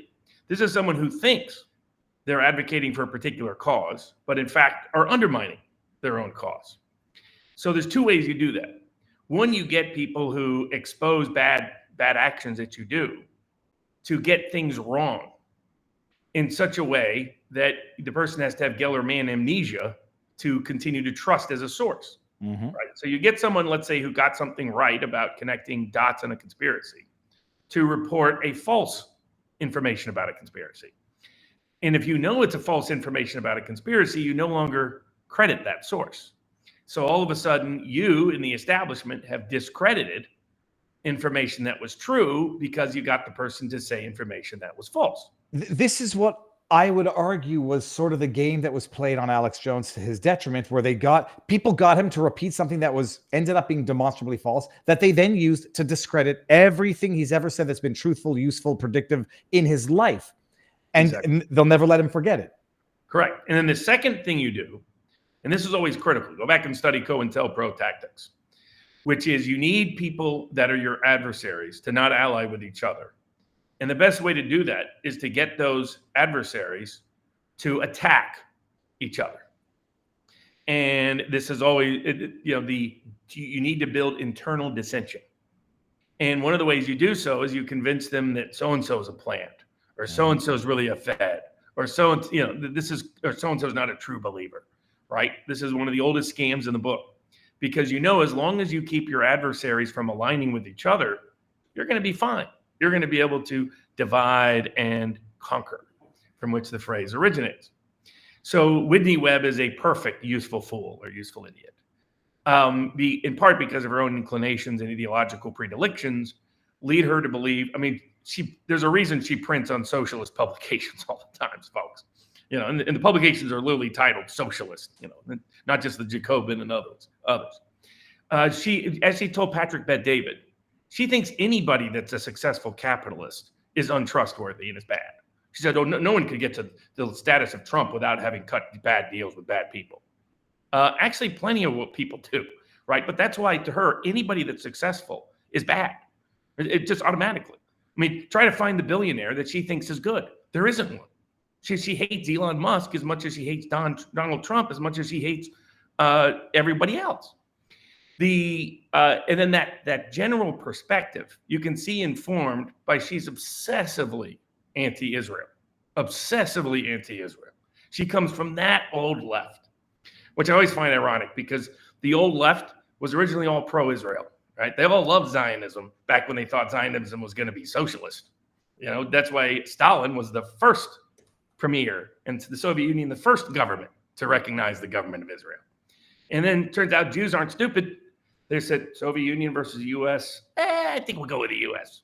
And ever since then, the socialists have never forgiven, never forgotten, and have been anti-Israel. And all of a sudden, Zionism is an evil curse word in socialist circles. But of course, I'm sorry, I don't take anyone seriously that repeats and regurgitates Hamas propaganda on a regular basis at the most extreme level, which Whitney Webb does all the time. If you read her book, One Nation Under Blackmail, she's one of those people that does guilt by association all the time. She can't tell the difference. She gets causation wrong all the time. For example, she thinks Roy Cohn was taught and tutored by the mob. Completely wrong. Roy Cohn was an old school anti-commie lawyer who parlayed that into being one of the top civil and criminal defense lawyers in New York. And once you're one of the top lawyers in New York, some of the people who pay you the biggest bills are mob figures. It was his success led to him representing mob figures, not the mob created him. But she can't get these kind of cause or causation things. She gets them flipped around all the time. She thinks that because Peter Thiel, she thinks anybody who has a contract with the government is evil. Anybody that has a contract with the government, this is why she thinks Donald Trump is mobbed up. If Donald Trump had a tiny, tiny connection to the mob, we would have known about it and all the indictments they would have brought against him. They put him under microscopic review. They couldn't find one tiny little piece of evidence against him. You can listen to mob figures who said we didn't even bother trying to extort Trump because it wasn't worth it. The guy would not fold or capitulate to anybody. And we just skipped it. And these were some of the most brutal mob figures in the world. So Patrick Bet-David kind of exposed her on this because David was like, okay, you're saying that, here's all these bad figures, bad personalities, bad power brokers. Why, if Donald Trump and the Kennedy family are all part of them, why do they hate Robert Kennedy and Donald Trump? And she was like, cognitive dissonance. Well, but I had no good answer. Well, I could have fielded that answer. It's a fake hatred. It's a fake hatred to prop up Donald Trump so that if he gets into power, they win-win. I mean, that would be the answer. That would have been the sophisticated answer, but she hadn't even got to that level. If you read her book, it's so discordant. It's so all over the place. She just throws things together and people together in places that don't even fit. Well, I got both volumes. I'm planning to listen to it as I drive back down to Florida because it's freaking long. But it's a mind-numbing disaster of a book. And what happens is, for example, when everybody's a racist, nobody's a racist. When everybody's deep state, then nobody becomes deep state. She discredits her own work by this broad brush that she can't distinguish. She can't figure out cause and effect. To give an example, Jeffrey Epstein was trying to entrap lots of people. Jeffrey Epstein was also trying to legitimate himself by associating and affiliating with other people. That doesn't mean every single person that was ever seen in a photo or on an Epstein plane was part of a sex scandal or trying to do something with underage kids, right? Because you have to understand what the modus operandi of Epstein was. In her world, it is. Everybody that's on the plane is guilty. Everybody that's ever seen a photo with him is guilty. They're all part of it, right? That's like if we were in a courtroom, she would be laughed out of court by any neutral jury or jurist because that's how ridiculous her evidentiary theories are. And so that's where anybody that understands Peter Thiel knows that he has been an independent dissident for the better part of 2 decades. There's a reason why they targeted him for some of the nastiest slander work anywhere. That's why he helped fund Hulk Hogan's work to take down their slander machine, to pay them back for it. Eric Weinstein has worked for him. He's wanted to figure out, he's been on his own intellectual path. Why is it that we have this great technological revolution? Why is it we have these great universities and institutions, and yet our science is not going anywhere? We haven't found a cure for cancer. We're not really making the great leaps we should. And why is that? And he's come up with his own understanding of that, the failure of the university system. He's been one of the top critics of woke indoctrination and everything that's going wrong with the academy. He got to the point where he's like, don't even go to college. Don't waste your time. I'll fund you scholarships so you can create businesses outside of it. He came to believe that the two of the greatest threats to freedom and liberty in the future were the Islamist politicized Islam and the Chinese Communist Party. The fact that he has contracts with the government does not make him part of the deep state. The reality is the government's going to have certain software. Would you rather Peter Thiel develop that software or Bill Gates develop that software? Right? This sort of common sense, like Whitney Webb doesn't have an answer. Does she want no software to exist? Does she want no government to? I mean, what's the answer? She can't even think through those things. And so her the other thing is J.D. Vance was created by Peter Thiel. That's complete garbage. So J.D. Vance had his own career trajectory. Same with his wife, who clerked for Judge Kavanaugh and Chief Justice Roberts. Went to Yale Law. But you watch Hillbilly Elegy, and you'll understand who he is. Some people were trying to compare him to Barack Obama. Barack Obama's mother came from one of the wealthiest, most politically powerful families in the country. I mean, there's no connection at all between Barack Obama and J.D. Vance. J.D. Vance has an old working class populist roots who, like a lot of other working class kids, believed that the 9/11 attack was legit and went and volunteered to serve in the U.S. Marine Corps. Then he realized they lied to us. And he's been on a path to try to figure out what's going wrong, what went wrong in his community, what went wrong in the war, what's going wrong in the country. In the same way Peter Thiel has been on that same path, Vivek Ramaswamy has been on that same path. It's like people say, well, so-and-so has interest in biotech. Just having interest in biotech is not a problem.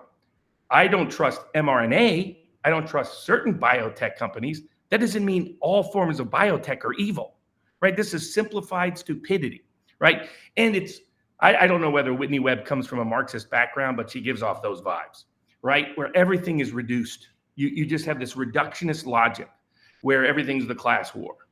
Sometimes my grandpa didn't like your grandpa, and that's why we're still fighting, right? And sometimes they ain't got nothing to do with the means of production and means of distribution and it's allocated. Like, sometimes resources have a lot to do with it. Sometimes they don't. But these simplified reductionist individuals who say J.D. Vance is secretly deep state. Well, then why does the whole deep state hate him? Here's the proxy I use. The great book of James. There's a lot of good things in that good old book. And not just the book of James, but the book of James located in. And J.D. is James. And it says, by their deeds, ye shall know them. If you want to know whether somebody's deep state aligned or not, you can look at just 4 issues in the last 5 years and where they stood. Where did they stand on COVID, the lockdowns, the mandates, the vaccines? Second, where did they stand on election 2020? Third, where did they stand on the Ukraine war, the favorite war of the deep state that they've been wanting for the last 20 years and they finally got? And where did they stand on Trump lawfare? Where are they one of those people like, I don't know, maybe. Guess where J.D. Vance was? He was on the right side on all 4 issues. He was a critic of the lockdowns. He was a critic of the vaccine mandates. He was even a skeptic of the vaccines. On election 2020, I know what he thought because he called me up and asked me about it, went and researched these sources that I gave him, and then went and publicly spoke questioning what happened in the election. In fact, that's why the media is still enraged at J.D. Vance. Like, he said if he was vice president, he wouldn't have certified the election. It takes cojones, by the way, to do that. Third, in the Ukraine, he was the first major candidate for federal office in the entire country to come out against the Ukraine war, to come out against funding it, to come out against involvement, to come out against the no-fly zone. He did it when he was 4th in the polls and knew he was gambling his entire political career and future on that one decision. And then he's been one of the foremost critics of the lawfare against President Trump from day one. So anybody who thinks J.D. Vance is deep state is too dumb to be considered a reliable source on anything. No, well, but no, J.D. Vance. I didn't realize they made a movie, The Hillbilly Elegy. I actually kind of want to go watch it immediately after. Oh, it's good. It's good. It's a well done movie. Yeah, Glenn Close is in it. It's got to be good. She plays Meemaw, his grandma. We interviewed him. Yeah, and he explained his whole history, his trajectory, how he went from being a skeptic of Trump to a huge supporter of Trump. He has been aligned with Peter Thiel in certain aspects of the tech world because Peter Thiel has been interested in funding independent intellectuals willing to challenge established logic and orthodoxy. I've met with Peter Thiel. I've seen and studied Peter Thiel. Anybody who thinks Peter Thiel is deep state is also too stupid to take seriously. If you think Donald Trump is deep state, you're too stupid to take seriously. Period. There's a reason they tried to lock him up, bankrupt him, and then murder him. And it isn't because he's a secret supporter of the deep state. I am thoroughly convinced about J.D. Vance. It's amazing. All right. Well, I have the book, Robert. I used 2 Audible credits because it's volume 1 and volume 2. So I'll listen to it for a bit because I already bought it. Okay. What else was there that we're going to talk about? We're going to get into some of the law. Well, just one last news on the Biden administration. His student loan latest bailout package that he only did, honestly, to try to get elected, was enjoined by the 8th Circuit Court of Appeals because, again, it didn't go through the proper procedure under the Administrative Procedure Act and is in excess of authority and outside of statutory authority to even do. But we may not see a lot of dramatic Biden policy protocols over the next 3 months, 4 months. They may not like what they get out of Biden. You get a Biden that no longer cares about an election. Who knows what he does over the next 4 months? Robert, the way they announce it, there's no explanation given. There's no medical condition given. Are they going to potentially try to 25th him now that he might become a liability and not an asset? What do they need him for? No, because 2 problems. One, that's an embarrassment to the whole party that your president is so incompetent you have to kick him out. And I'm sure that there was an implicit promise that if he decided not to run, they wouldn't try to 25th him and they would hold up his legacy as being great. Second problem is then Harris has to get a VP through the Republican House. Right? That's a whole nother disaster. So they got enough disasters that they're going to have to be managing. But remember, LBJ, just to get Hubert Humphrey over the top, was trying to negotiate a peace deal with Vietnam to end the Vietnam War on the eve of the November 1968 election. And a certain Henry Kissinger helped make sure that didn't happen. But who knows where I think we're in for a lot more surprises, and they could go in all kinds of directions, maybe even a few good directions, depending on how things work. Now that Biden is an actual free agent. Oh, you're on mute. Bam. The hearings tomorrow, are there classified hearings tomorrow, or are there public hearings as relates to the assassination attempt? Well, also, if she resigns, she's subject to a subpoena, but if she's no longer a federal official, how does all that work? It's unclear. She may assert executive privilege. The rumor is that she will resign. My understanding is that there's going to be classified hearings and unclassified hearings. We talked to Lauren Boebert. Lauren Boebert. Yeah.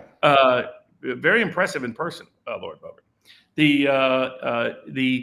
So I think we'll see how that all progresses. I thought that the convention was fun, fascinating. Got to talk to Don Jr., to meet Tucker Carlson. By the way, in Whitney Webb's world, Don Jr.'s deep state, Tucker Carlson's deep state, Steve Bannon's deep state, everybody's deep state. Just in case you didn't know, Tucker Carlson's not. By the way, Tucker Carlson thrilled with J.D. Vance. Don Jr., thrilled with J.D. Vance. Mm-hmm. Me, thrilled with J.D. Vance. Jeremy Carl, thrilled with J.D. Vance.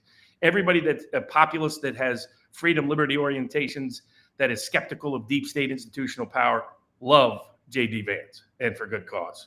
But it was cool to meet Tucker. Cool to meet, Tucker's a natural. That guy could be a politician if he ever wanted to be. I know he hates politics, but he's so at ease around people no matter what background they come from. Like you meet a lot of these people that are prominent people or in the public eye, and you get a range of reactions in person, right? Maybe sometimes they're shy and nervous and they're not always at ease in those kind of social settings. Maybe they're kind of snobbish or standoffish for whatever reason. You get really a range. Don Jr. has always been very accessible and sociable and friendly. Tucker is just a natural. No, they're amazing. So first of all, it was my first time meeting Tucker as well. I'm flattered in that he thought he had met me before, so I think he might follow on the social medias. But Tucker and Don Jr. in particular is like what's troublesome about him is that he's too damn normal. For divorces are one thing that happens. It's almost more common than not. He's a normal person, and he comes off as so unprivileged and so down to earth and so natural as a human. I can understand why that pisses off the people who want him to be a prick, who want him to be a cokehead, who want him to be a total degenerate, like Biden, like Biden's kid. So, and they're friendly and accessible with anybody. Doesn't matter whether it's the janitor or some high-profile politician. They treat, same with Dan Bongino. They treat everybody equal. So that was very refreshing to see.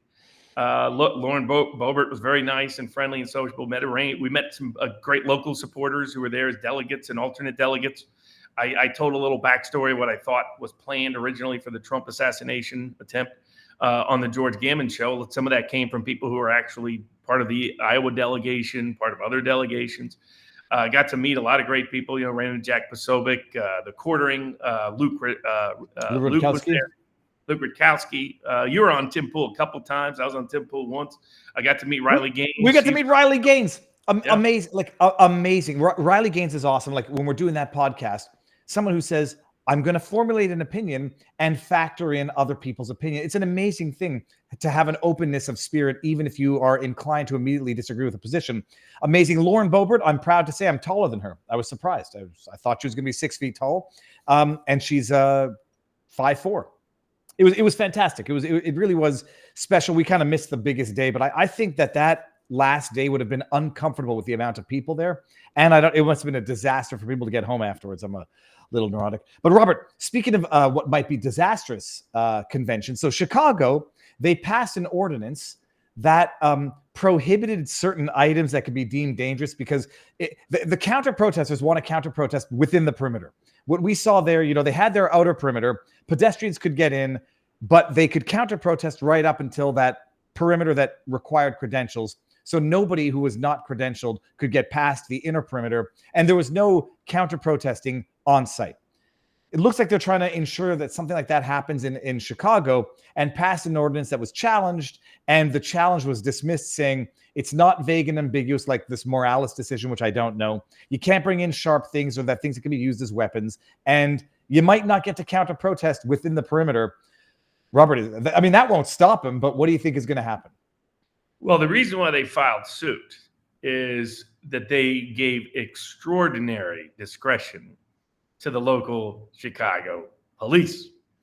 And for this, I recommend people go back and watch some old videos of the 1968 Democratic National Convention in Chicago, where it was the last time they handpicked the president without going through the elections.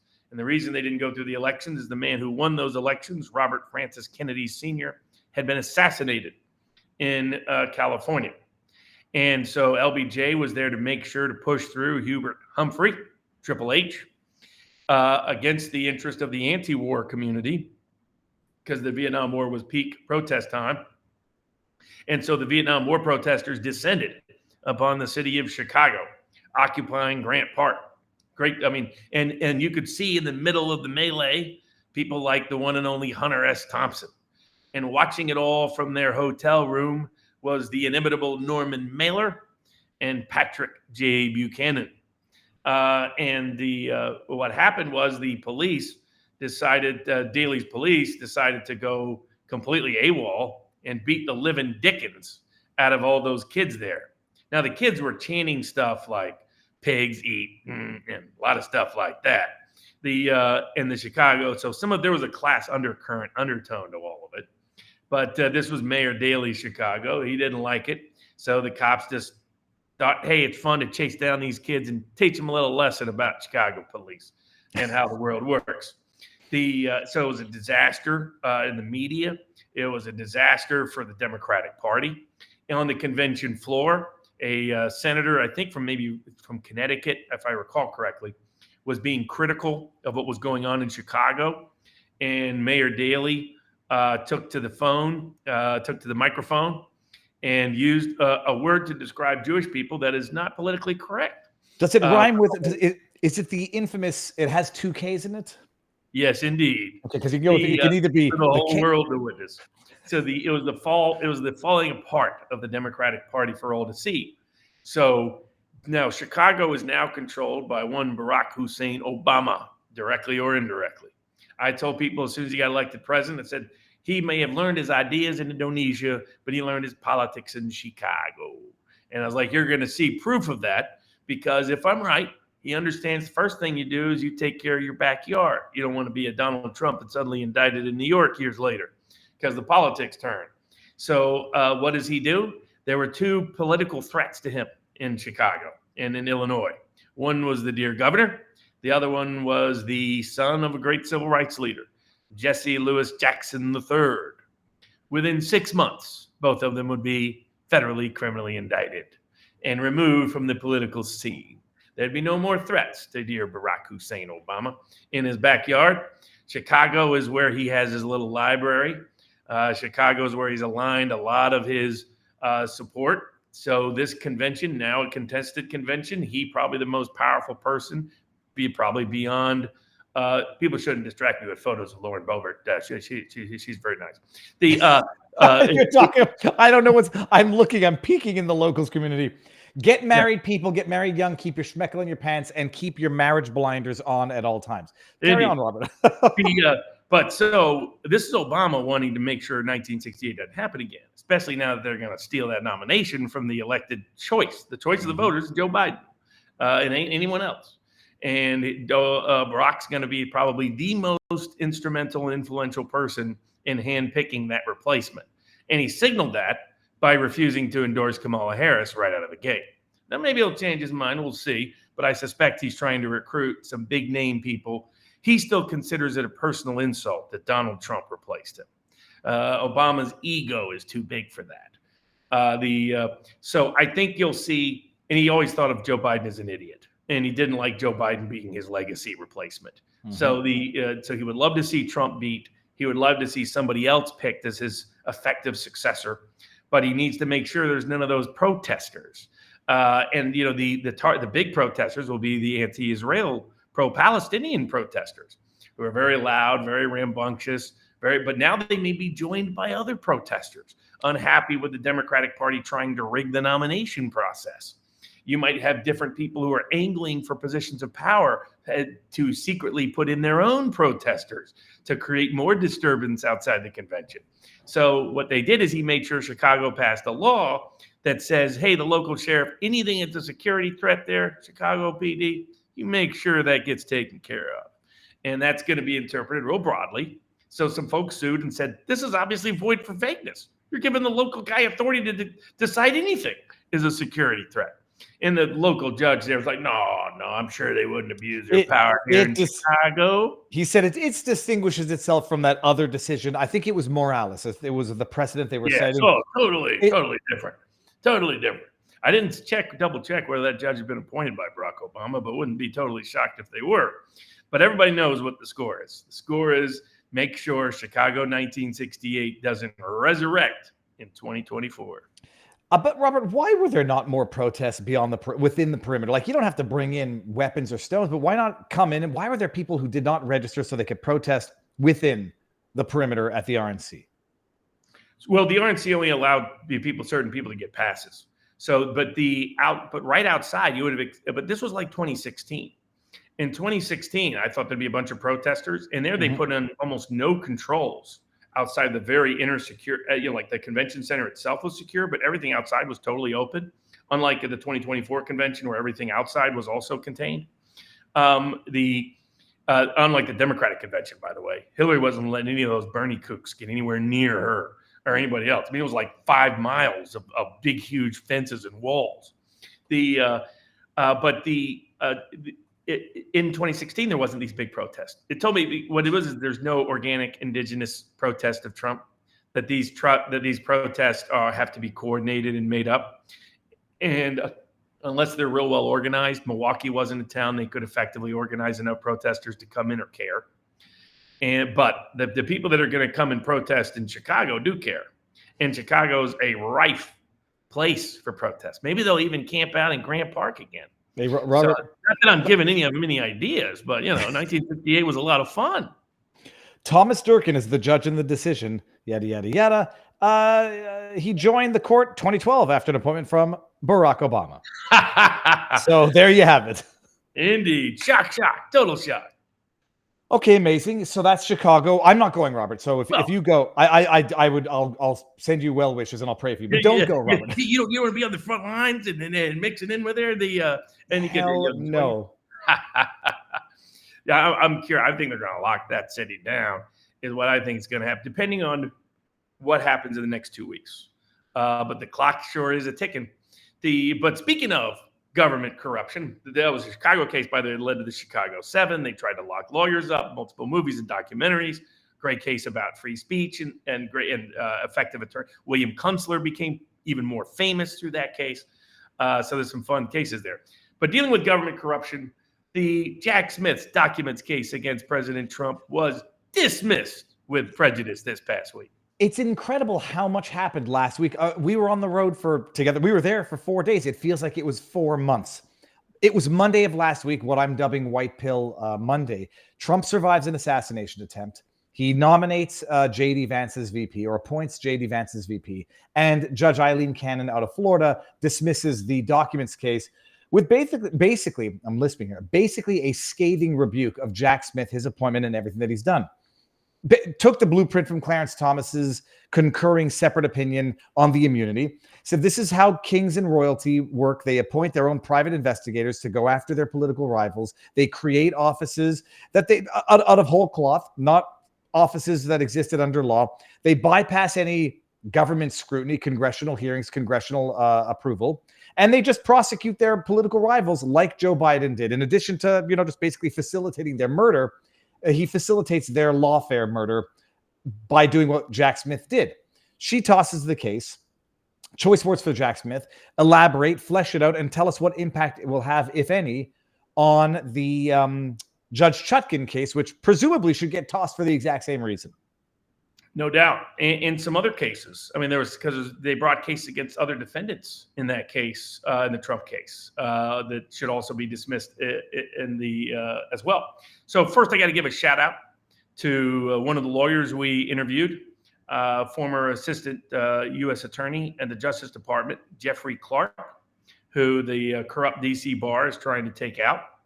The first person to notify me that this special counsel appointment was completely constitutionally bogus was Jeff Clark. Mm-hmm. And he was the one saying, we need to get this information to Trump's defense team. And he had already thought it through. He'd already analyzed it. He's a brilliant lawyer. It's an embarrassment of the DC bar that they're trying to disbar him for complete hogwash. I think we met Mike Davis at the Republican National Convention, had fun chatting it up with him. He apparently was enjoying those Wisconsin beers. In his expression communicated that appreciation. There are good beers there in Wisconsin. He's dead on accurate, and he ended up being very prescient. And it's thanks to his good legal work, and as far as I know, that this argument even got made in the way it got made. That Edwin Meese ended up joining in, that other people getting. So he again deserves great credit for this critical work done on behalf of President Trump. The issue was twofold. The appointments clause to the Constitution and the apportionments clause to the appropriations clause of the Constitution. The appointments clause says that any officer, principal or inferior, has to be nominated by the president and approved by the Senate.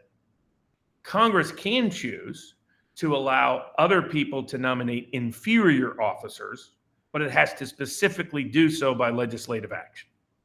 The goal was there had been so much abuse by the king, by the British king and by the British royals in how they appointed officials that they did not want to give carte blanche to the executive branch to appoint whomever they wanted. The executive branch had to get the involvement at some level of Congress for those appointments. If a principal officer, always their consent of the Senate. Inferior officer, also the approval of the Senate, unless Congress specifically said, hey, you can appoint this person or you can appoint this kind of official. The issue with the appropriations clause is that no money can be spent by the Treasury that Congress hasn't authorized to be spent for that precise purpose. The issue with Jack Smith is that he was a private citizen who had never been appointed by the president with the consent of the Senate, not for any level of office. The second problem was he was given a budget without any limitation. It was just spend whatever you want for as long as you want, even though Congress had never appropriated any funds for his office, for any investigation to be done. Credit to Marjorie Taylor Greene and others who have been raising this as a complaint. Credit to Thomas Massey, who also have been raising this as a complaint. And so what the Judge Cannon said is, okay, has Jack Smith is if he's a principal officer, he had to be appointed by the president with consent of the Senate. That never happened. So that means he didn't have any powers to act as a U.S. attorney in that instance. If he's an inferior officer, he also had to be appointed by the president with the consent of the Senate unless Congress created his office. And did Congress create his office? No, it didn't. So in fact, what the judge went through was their only excuse, for the most part, was an FBI statute. It was an FBI statute and a generic statute involving commissioning special counsel. So what is when they reorganized the FBI, reorganized the Justice Department at different times throughout history. We didn't have a Justice Department until 1870, by the way. We might still be better off if it was gone. That's another story for another day. They reorganized it multiple times over the years. And when they did, they created logistical statutes to say, okay, when you have a special counsel, here's how you commission him, here's how you pay him, here's what oath they take, etc. He tried to take the commissioning paying statute and say that's actually an appointment statute, which of course by law it can't be under the Constitution. Not only that, Congress, when it wants to give you somebody appointment power, it uses the exact language of the Constitution. It mirrors it and quotes it. That isn't here. In fact, they use the past tense of the verb, a special counsel retained, or someone that's already been hired, because it's a logistic statute. She's like, a logistic statute can't confer appointment authority. So that meant he had no appointments authority. And then they took the FBI provision, right, that talks about how you can hire FBI agents to prosecute crimes, as saying, you know what? That means that the Attorney General doesn't have to get the approval of the Senate or the nomination of the president for appointing anybody in the entire Justice Department. He can give all the power of the Justice Department to anyone he wants, anytime he wants, under this FBI statute. And she's like, well, first of all, ain't that putting a truck through what's the word? It's like something through a mouse hole. I mean, it's, a whole tanker ship through a mouse hole, whatever the language is. That comes from the case from about 20 years ago. She's like, Congress doesn't do that when it wants to give that degree of power to the Justice Department. And she said, it's clear that this, when you read the whole statute and the history and all the rest, it's referencing FBI agents, non-officer employees. It's not meaning give them the power of the Attorney General of the United States to go around and do whatever they want. And then, of course, the Appropriations Clause is an additional problem. She says, I don't even need to get there, but if I did get there, I would say his appropriations clearly violates the Appropriations Clause because he's never been given this money by Congress ever. They're just spending ceaseless money they didn't have authority to. And then the only question is, what's the remedy? Well, if you have someone who does not have the constitutional authority to be a U.S. attorney, it's like the only remedy is dismissal of the indictment, period, because the indictment was remember we were talking about this a couple of weeks ago, where other people were predicting somebody else would come in and try the case. Yep. I was like, no, the only remedy is dismissal because he didn't have authority to go to the grand jury in the first place. He didn't have the authority to gather the evidence in the first place. He didn't have the authority to seek an indictment in the first place. He didn't have the authority to give people sweetheart deals that led them to make up stories against President Trump in the first place. Judge, to her credit, came to the exact same conclusion. Said dismissal is the only remedy for this severe constitutional breach. Great ruling. Now Smith is appealing it up to the 11th Circuit. Again, I think all of this lawlessly because he's not a U.S. attorney. Be like me pretending I'm U.S. attorney and just filing an appeal with somebody. I don't think he has the authority to do so. But putting that aside, you're right as to the D.C. judge. If Jack Smith doesn't have the constitutional authority, he doesn't have the constitutional authority. So she's going to have to go in and pretend the statute means the exact opposite of what Judge Cannon concluded, which it wouldn't surprise me for this corrupt judge in D.C. to try to do. But that will in turn get appealed. Ultimately, if there's a split between the circuits, it's going to go to the Supreme Court, and the Supreme Court's going to say Justice Thomas was right because the plain language of the law reads in the exact way that Trump's defense lawyer said it did. Thanks to the great argument of Jeffrey Clark. What was the relevance of, or at least the coincidence? Clarence Thomas oversees the circuit from which this would come to him by way of The appeal. 11th Correct? Circuit, yeah. So, Yeah, but the what Florida case he would oversee. what But there's no pri- great consequence of that, because typically what happens is those Supreme Court justices refer the whole issue to the entire court. It just means if the 11th Circuit were to overturn the district court, I don't know how they plausibly can. I mean, you read through her decision, there's no weakness. I mean, you have to conclude that the Attorney General, that Congress in the statute authorizing the creation of the FBI intended to allow all U.S. attorneys to be nominated, but to be chosen by the Attorney General without approval of the President or the Senate. No one has ever interpreted the FBI Act that way. By the way, if you want to hush on the creation of the FBI, you can go to vivabarneslaw.locals.com and figure out the corrupt history of its very origins. But even putting that aside, ever since then, no one has interpreted this statute to mean that. So they're going to have to go against almost a century of legal history. And in most of the special counsels that have been chosen, she goes through, she says, almost none of them have ever cited this statute as their authority. The only other statute is the commissioning statute. And it's obvious that's not an appointment statute. And again, you'd have to butcher the legal history. The legislative history of the statute itself says, by the way, this commissioning statute is not an appointment statute. I mean, they would have to lie at so many levels to overturn her that I think the federal cases against Trump are DOA. It's federal in Florida. It's federal in D.C. So what is the rule? This is persuasive but not binding coming out of Florida, right, as relates in D.C. Yes. And if the 11th Circuit comes down and affirms it, does it become binding in D.C.? No. All right. So it takes the Supreme Court to adjudicate on this for it to be binding in D.C. Correct. Okay. So might be some time still. But so what do we expect to see out of D.C. then? Presumably this is the next, they make the exact same motion. The D.C. judge. The D.C. judge is smart. She'll be like the New York judge, who will use the excuse to get out of all this trouble. Remember, the goal was to convict Trump in the court of public opinion, get a conviction, damage him. They already realized that hasn't worked. That has backfired badly. So but I think this D.C. judge is such a political hack, you can't trust or rely on her to follow the law. Then the question is, will the D.C. Court of Appeals try to make a mockery of itself one more time, show what a political partisan hack court it is, and show why the D.C. court system should be entirely abolished by Congress by refusing to recognize the plain language of the law as to both the appointment clause and the appropriations clause, both of which independently prove why Jack Smith never had the constitutional authority to do what he has done in this case.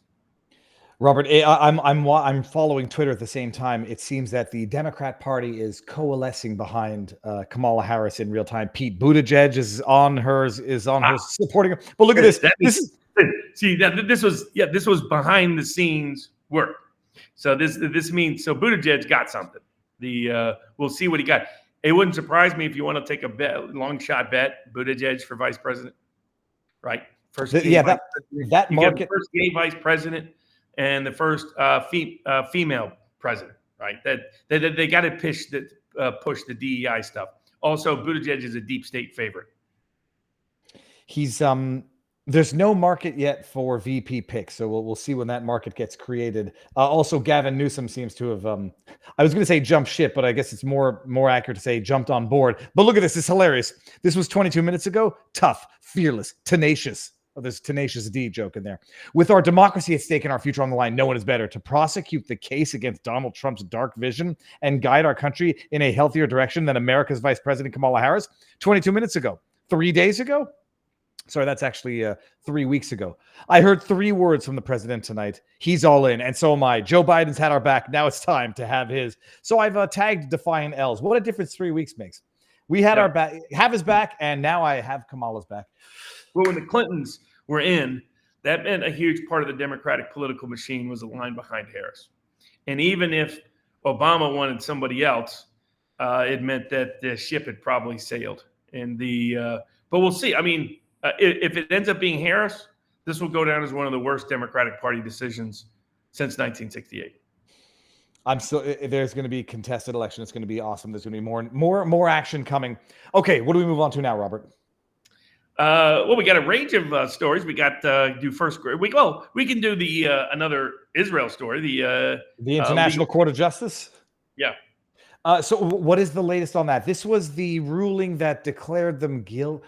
What was it? It was the ruling that declared them guilty of genocide-ish conduct, and then the question was whether or not they had what's the word when you acquiesce to the jurisdiction of.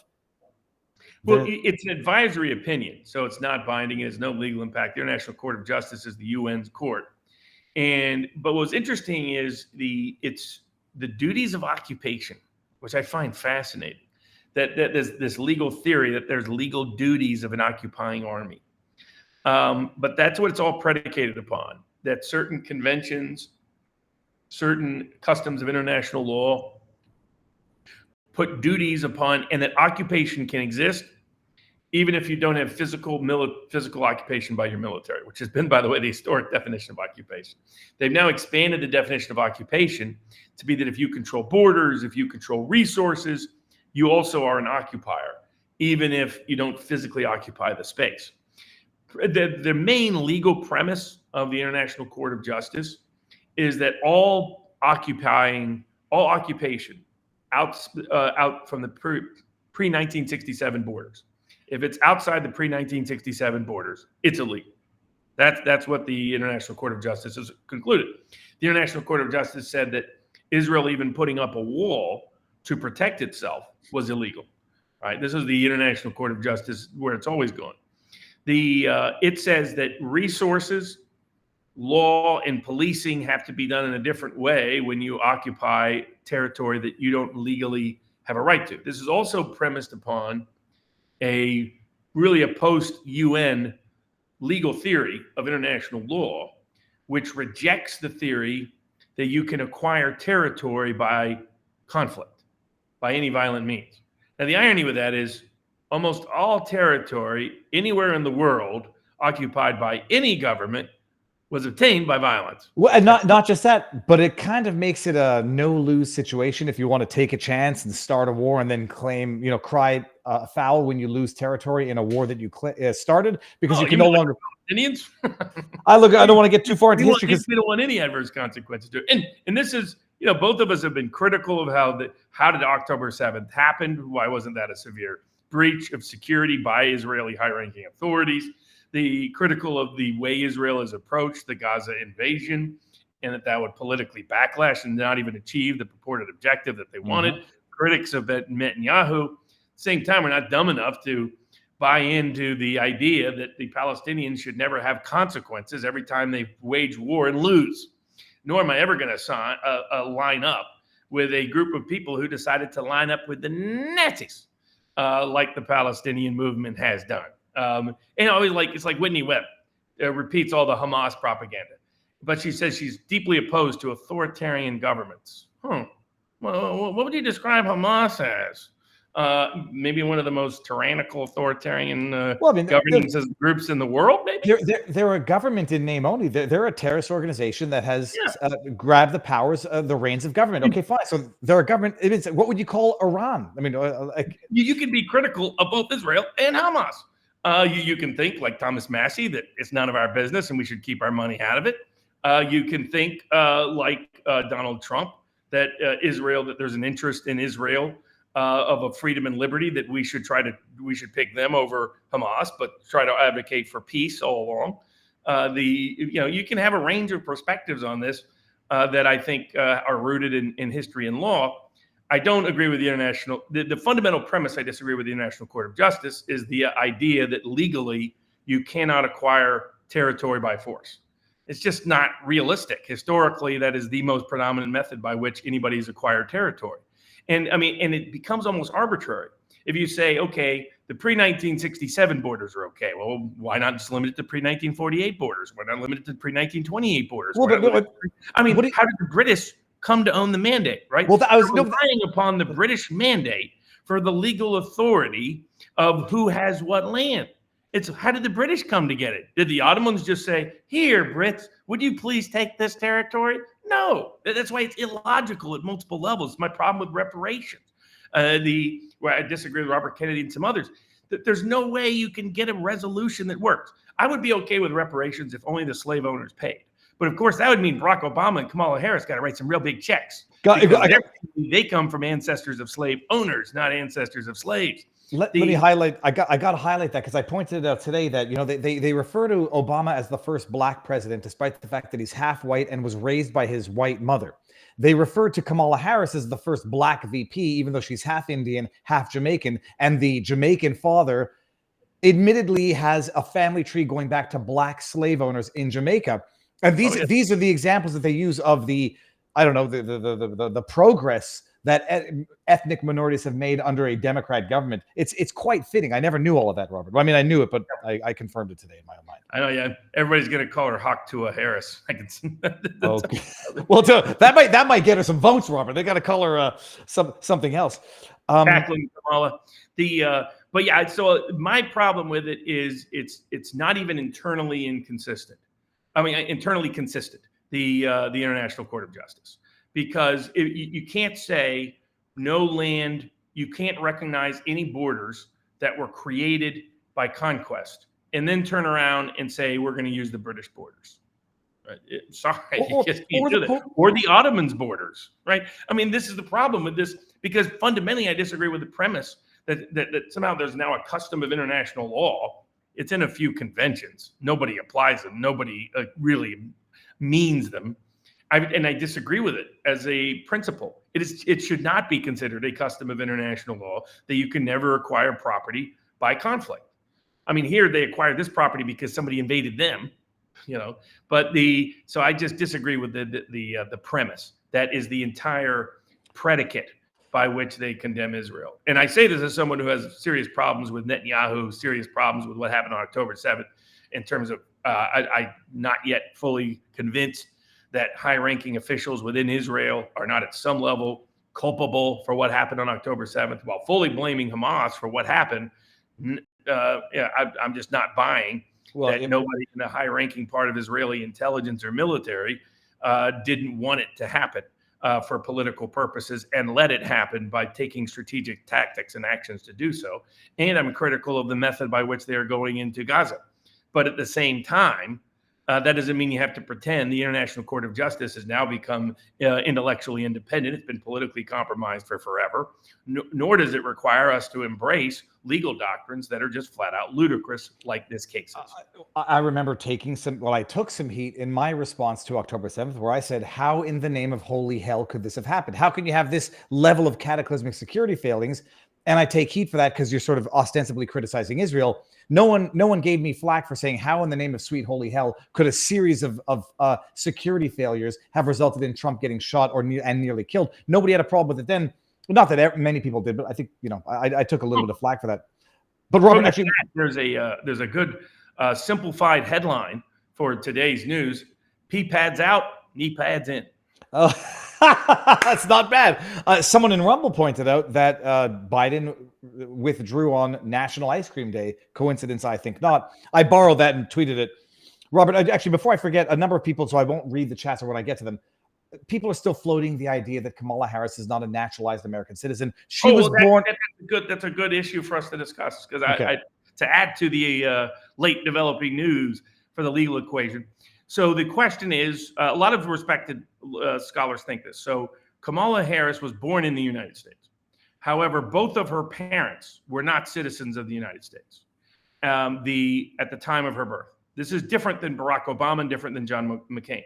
So John McCain was born outside the continental United States, but his parents were U.S. citizens. Mm-hmm. Barack Obama's the allegation was he was born in Kenya, and his mother, because of her age, his father was not a U.S. citizen, and his mother, even though she was an American citizen, because of her age at the time under congressional statutes, he would not be considered a U.S. citizen, natural-born U.S. citizen, because of the location of his birth and her age at the time. This was back when they were trying to design a law to make sure, young American women didn't go abroad, and they had some fancy excuse for it, but I've kind of found the law dubious. And there was always constitutional questions. What's unique here is you have someone who is indisputably born inside the United States, unlike John McCain, unlike arguably Barack Obama, but also indisputably neither parent was a U.S. citizen. So it's the natural birth natural born citizen clause condition of being a president of the United States. In order to be the president of the United States constitutionally, you have to be of a certain age, 35 years of age, but you must also be a natural born citizen. What does that mean? And this gets into the anchor baby dispute. This gets into a range of disputes that Kamala Harris potentially triggers. And the argument is, to be a natural born citizen, some people say you have to be born both inside the United States and one of your parents has to be a citizen of the United States. Others say you have to just be born to a U.S. citizen. Others say you have to be born to a U.S. citizen if Congress at the time recognized that as a right of citizenship, even if you were born outside the United States, because the laws have changed over the years on that. But that would, of course, delegate from the Constitution to Congress authority to control access to the presidency, which would raise its own constitutional questions. And then and then there's some that say that just being right now, you are considered a citizen of the United States if you're born in the United States, regardless of whether either of your parents is a U.S. citizen. So the people wanting to challenge this, I can tell you that the courts have historically refused to listen to any argument. Now, I am sure someone will file a challenge to her candidacy on the grounds that she is not a natural born citizen. What the courts are likely to do, a court may rule on the merits, but what they did in the McCain cases, what they did in the Obama cases, is say it is not a constitutional question that has judicial cognizance. That it's Not a political question that only Congress can answer. There's no cognizable claim, as I think it was Ralph Nadler. What Nadler said at one point. But hold on a second. How would this only be coming up now? Would it not be the same requirements for the VP as for the president in case the VP? It is. So why did this come up 4 years ago? I think some people challenged it and courts threw it out. Okay. So and that's what I think would happen here.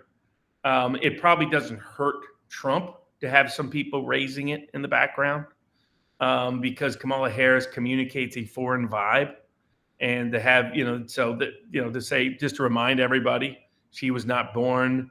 Neither her parents were a U.S. citizen. She grew up in Canada. Yep, Westmount.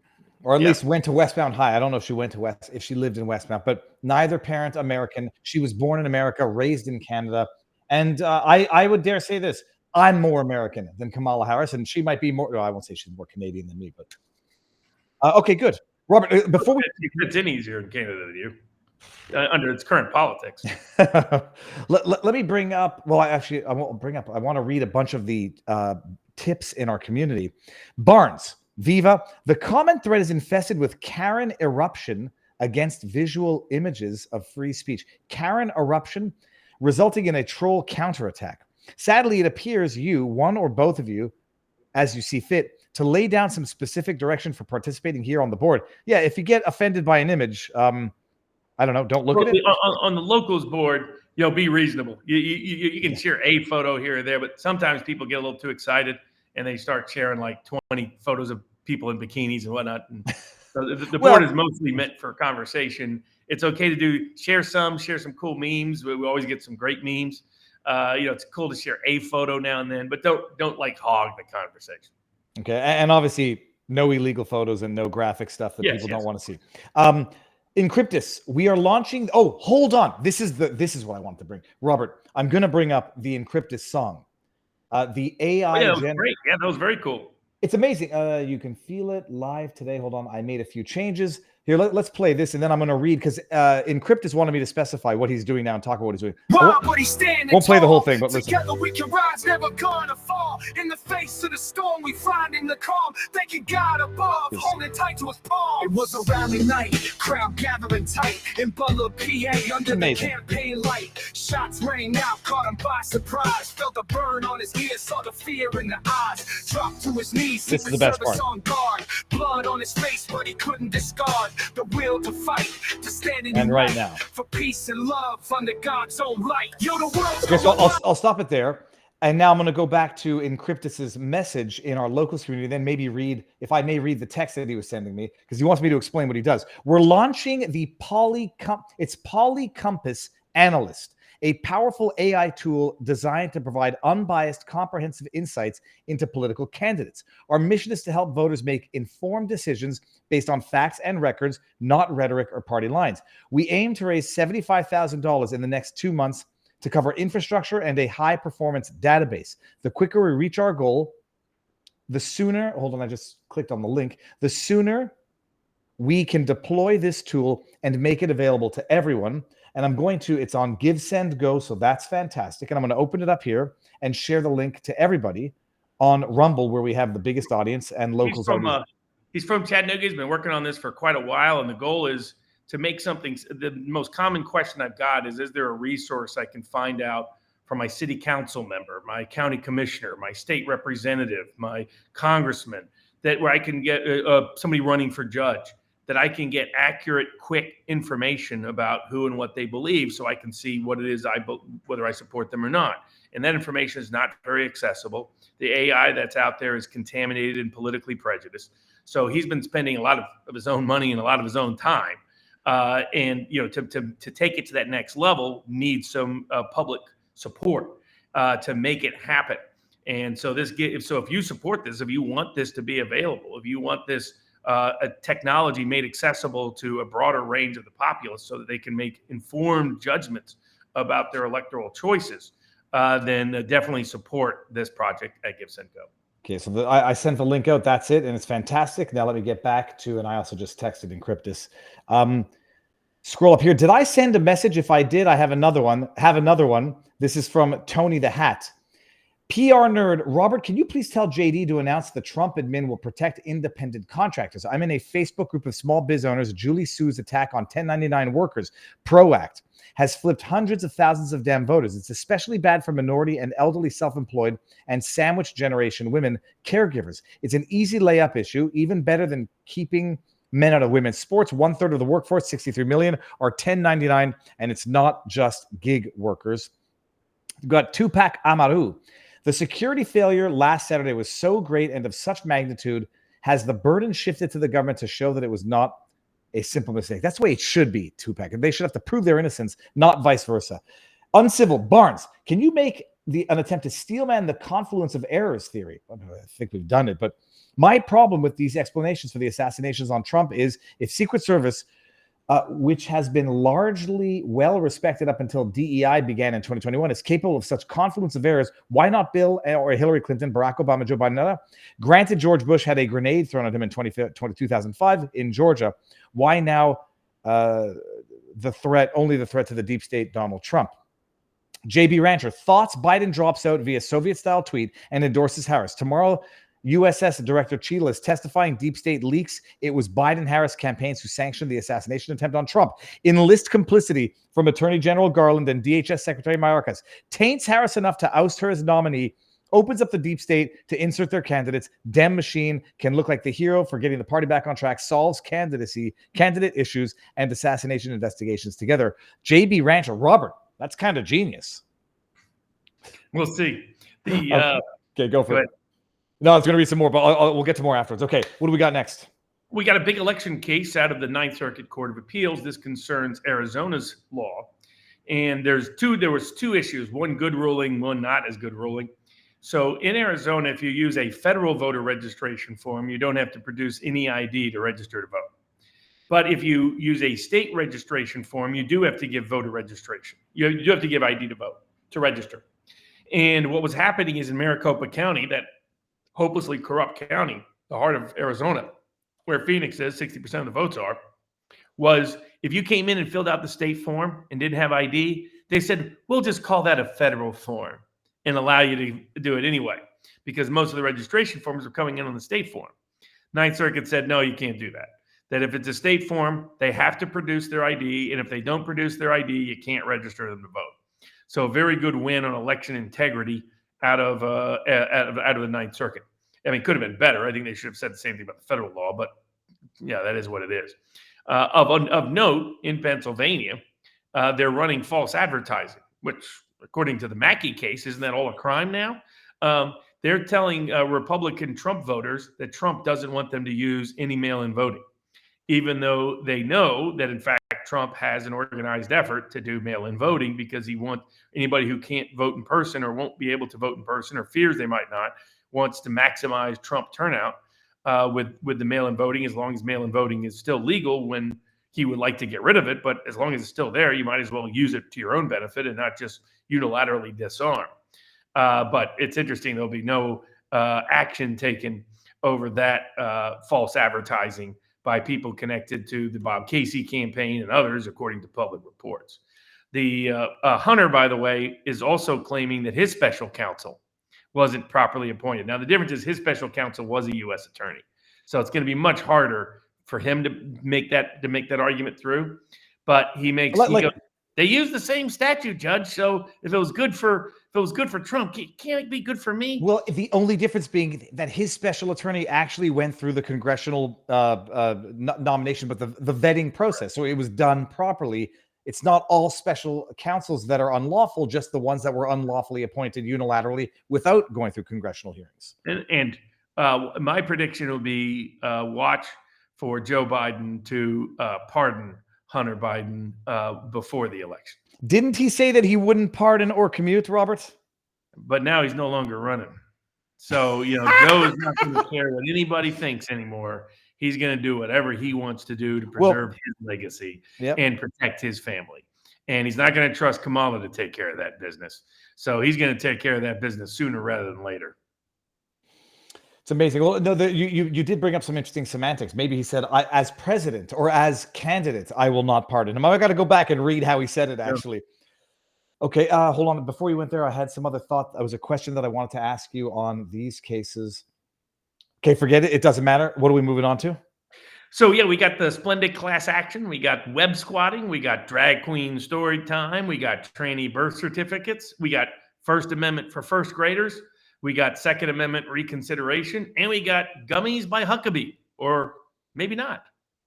Well, let's do the ones that I'm familiar with. The Splenda proposed putative class action of people alleging that Splenda was making false statements that their product can actually help you counter fight diabetes, prevent diabetes, reduce diabetes. It's the number one reason people use sucralose products is because usually they have diabetes, or they're worried about getting diabetes.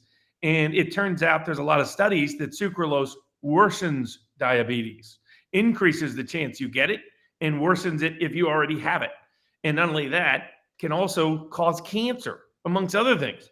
So this is some consequential false advertising, and a big class action was allowed to go forward on these grounds. Yeah, There'll be something to really watch. A lot of these sugar substitutes, unlike stevia, unlike monk fruit, unlike some other ones that are natural, stevia is from Brazil, purely natural. These chemically created ones by big food, big agriculture, credit to Trump, by the way, this is probably part of the J.D. Vance effect, but he's out tweeting about truthing about make agriculture great again. So we're starting to get some progress on that side of the aisle. I'm here in Pennsylvania where they're, again, trying to shut down Amos Miller. Effort number 17. We have to file briefs by the end of next week. But sucralose is a chemical creation by big companies that I don't trust. And good to see this class action progress and move forward. Well, I mean, they try to dismiss it on a motion to dismiss and say that it has no chance of success. They're basically saying, look, the FDA says it's better. They said it's like the FDA says it's okay, Judge. And thankfully, the judge is like, that's not enough in this case. Well, also, the judge said that's not even what the FDA is saying. The FDA didn't make any claims about it reducing diabetes. The other thing is, my wife explained this to me.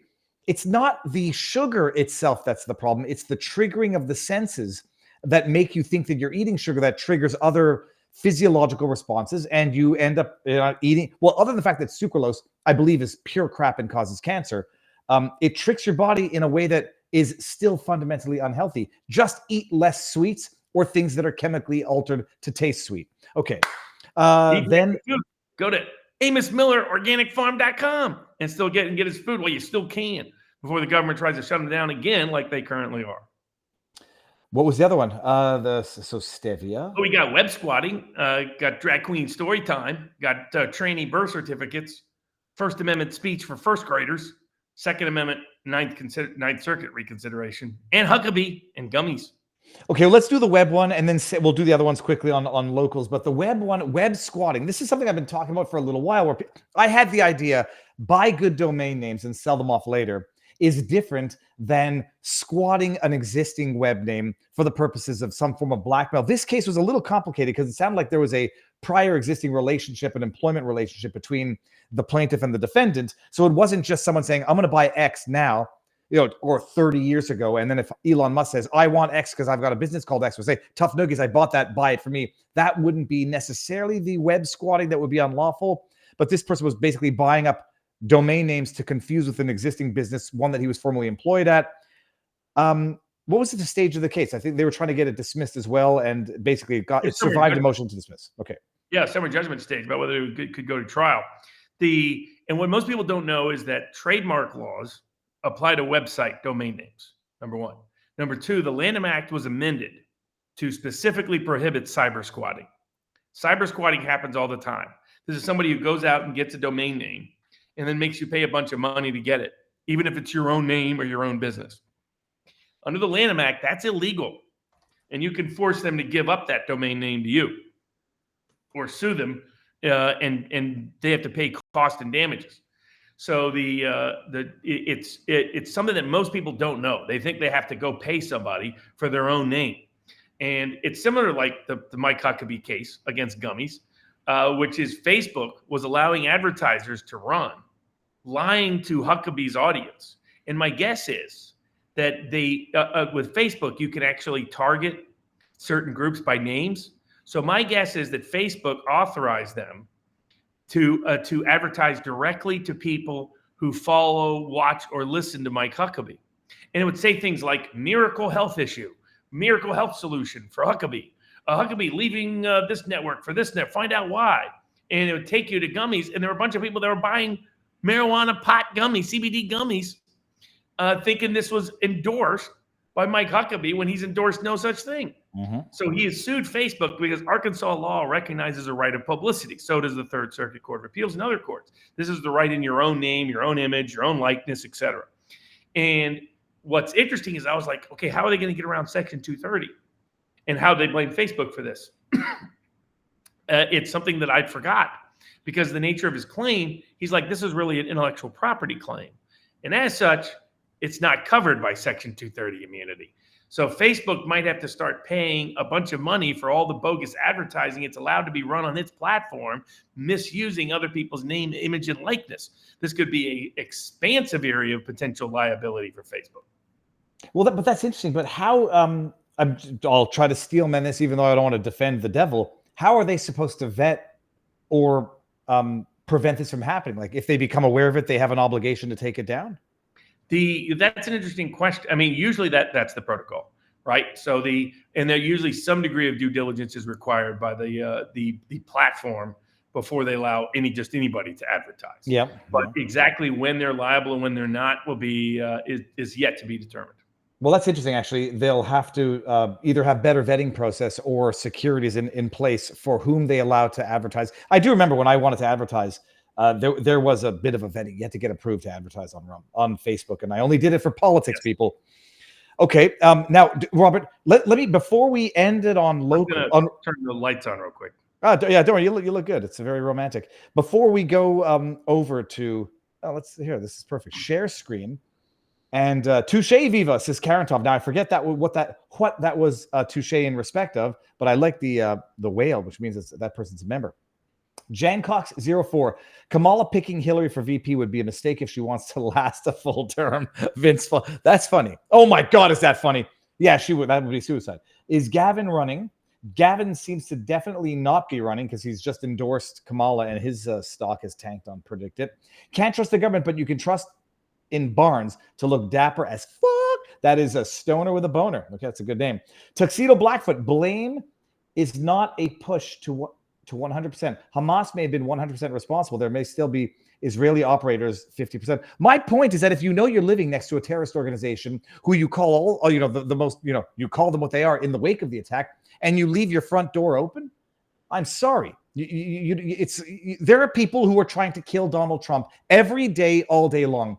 You don't get to say, oh, we had a lapse in security. How could that have happened? What was me? Bad man, shot at Trump. No. When you screw up at your one job, cataclysmically incompetently so, there is blame on you, and we need to know how that happened. Was it a Lee hop, a me hop? Or are you in fact incapable of doing what you're supposed to do? Protect your citizens. Okay, Harris got her start with Diddy. Well, I might have to see that. There might be more blackmail material than we can pop. I can't see if Barnes is in here. Hold on a second. Did he come back? Oh, he's in it. Barnes, what's up? Okay, sorry. I was on the so let me just go through these as fast as we can, because we're going to go over to vivabarneslaw.locals.com afterwards. Democrats literally installed a Caucasian Indian woman whose family owned slaves to screech about Trump and Republicans being racist. This is peak stupidity, CJ Daggs. We ride at dawn to free Nova Scotia from tyranny of the crown, CJ Daggs. Harris Buttigieg's ticket, elect a whore in 2024. I got to pee. That's going to make me pee. Nevada Legion. Has SCOTUS ever dismissed a case with prejudice? And can that even occur, as so many lawsuits are unconstitutional? Robert? I mean, they just either accept or deny petition for cert. And when they do take a case, they usually remand it with directions consistent with the opinion, which might include dismissing it with prejudice, but they themselves don't do that. That's done at the lower court level. CJ Daggs, Trump 2025 invade Canada, bring freedom to the citizens of Nova Scotia. All good guy. I'm predicting that Jack Smith's appeal to the circuit will be denied on standing, as he does not hold the office. Can they deny him on standing on appeal where he had standing on the initial stage? Yes. Hypothetically, yes. That's wild. Canada is where people get government-sponsored sex changes and gravy fries, but I, for one, will fight to free Nova Scotia from the tyranny that is the crown. Free Nova Scotia. CJ Daggs, I'm just going to go to some other ones here. We need antitrust laws for billionaires. Denise J. Smith. What does that say? Land free or iron free? Joe Biden dropped out on that's the presidential ice cream day. Long live Viva Barnes. Just Thinking says Dems are a mess. Chicago will burn. And then there's a link to a Rumble video. If Harris were to already be president via any need to if Harris were to already be president via any need to fill the role of Biden, it would remove the emotions of voting in hope and perceived purpose to elect the first woman and break. That's true. That's a good point. It's another reason why we won't do it. Yep. King of Biltong in the house says, I know you guys have lots of rants to read. This is my second one for $50. Thank you very much. King of Biltong. Everyone go support him. Good evening from Anton's Meat and Eat. Free shipping on your Biltong using code VIVA on www.biltongusa.com and antonusa.com. Then we got that. Okay, is it true that Tucker spoke unscripted? I used to watch. He does it all the time. It's amazing. Brilliant guy. I used to watch Whitney Webb. She seemed to have good info. I quit because she started to seem accuse absolutely everyone of everything. Started to get kind of nutty. I think she's a nice lady and everything. It's just that's why I say she's a useful fool.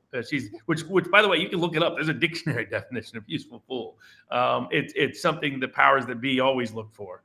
And unfortunately, that's what she's become. Well, no, I also, it's like litigation trauma, but in conspiracy world. Like you, when you go through litigation, you begin to think everybody's out to get you, and it destroys relationships.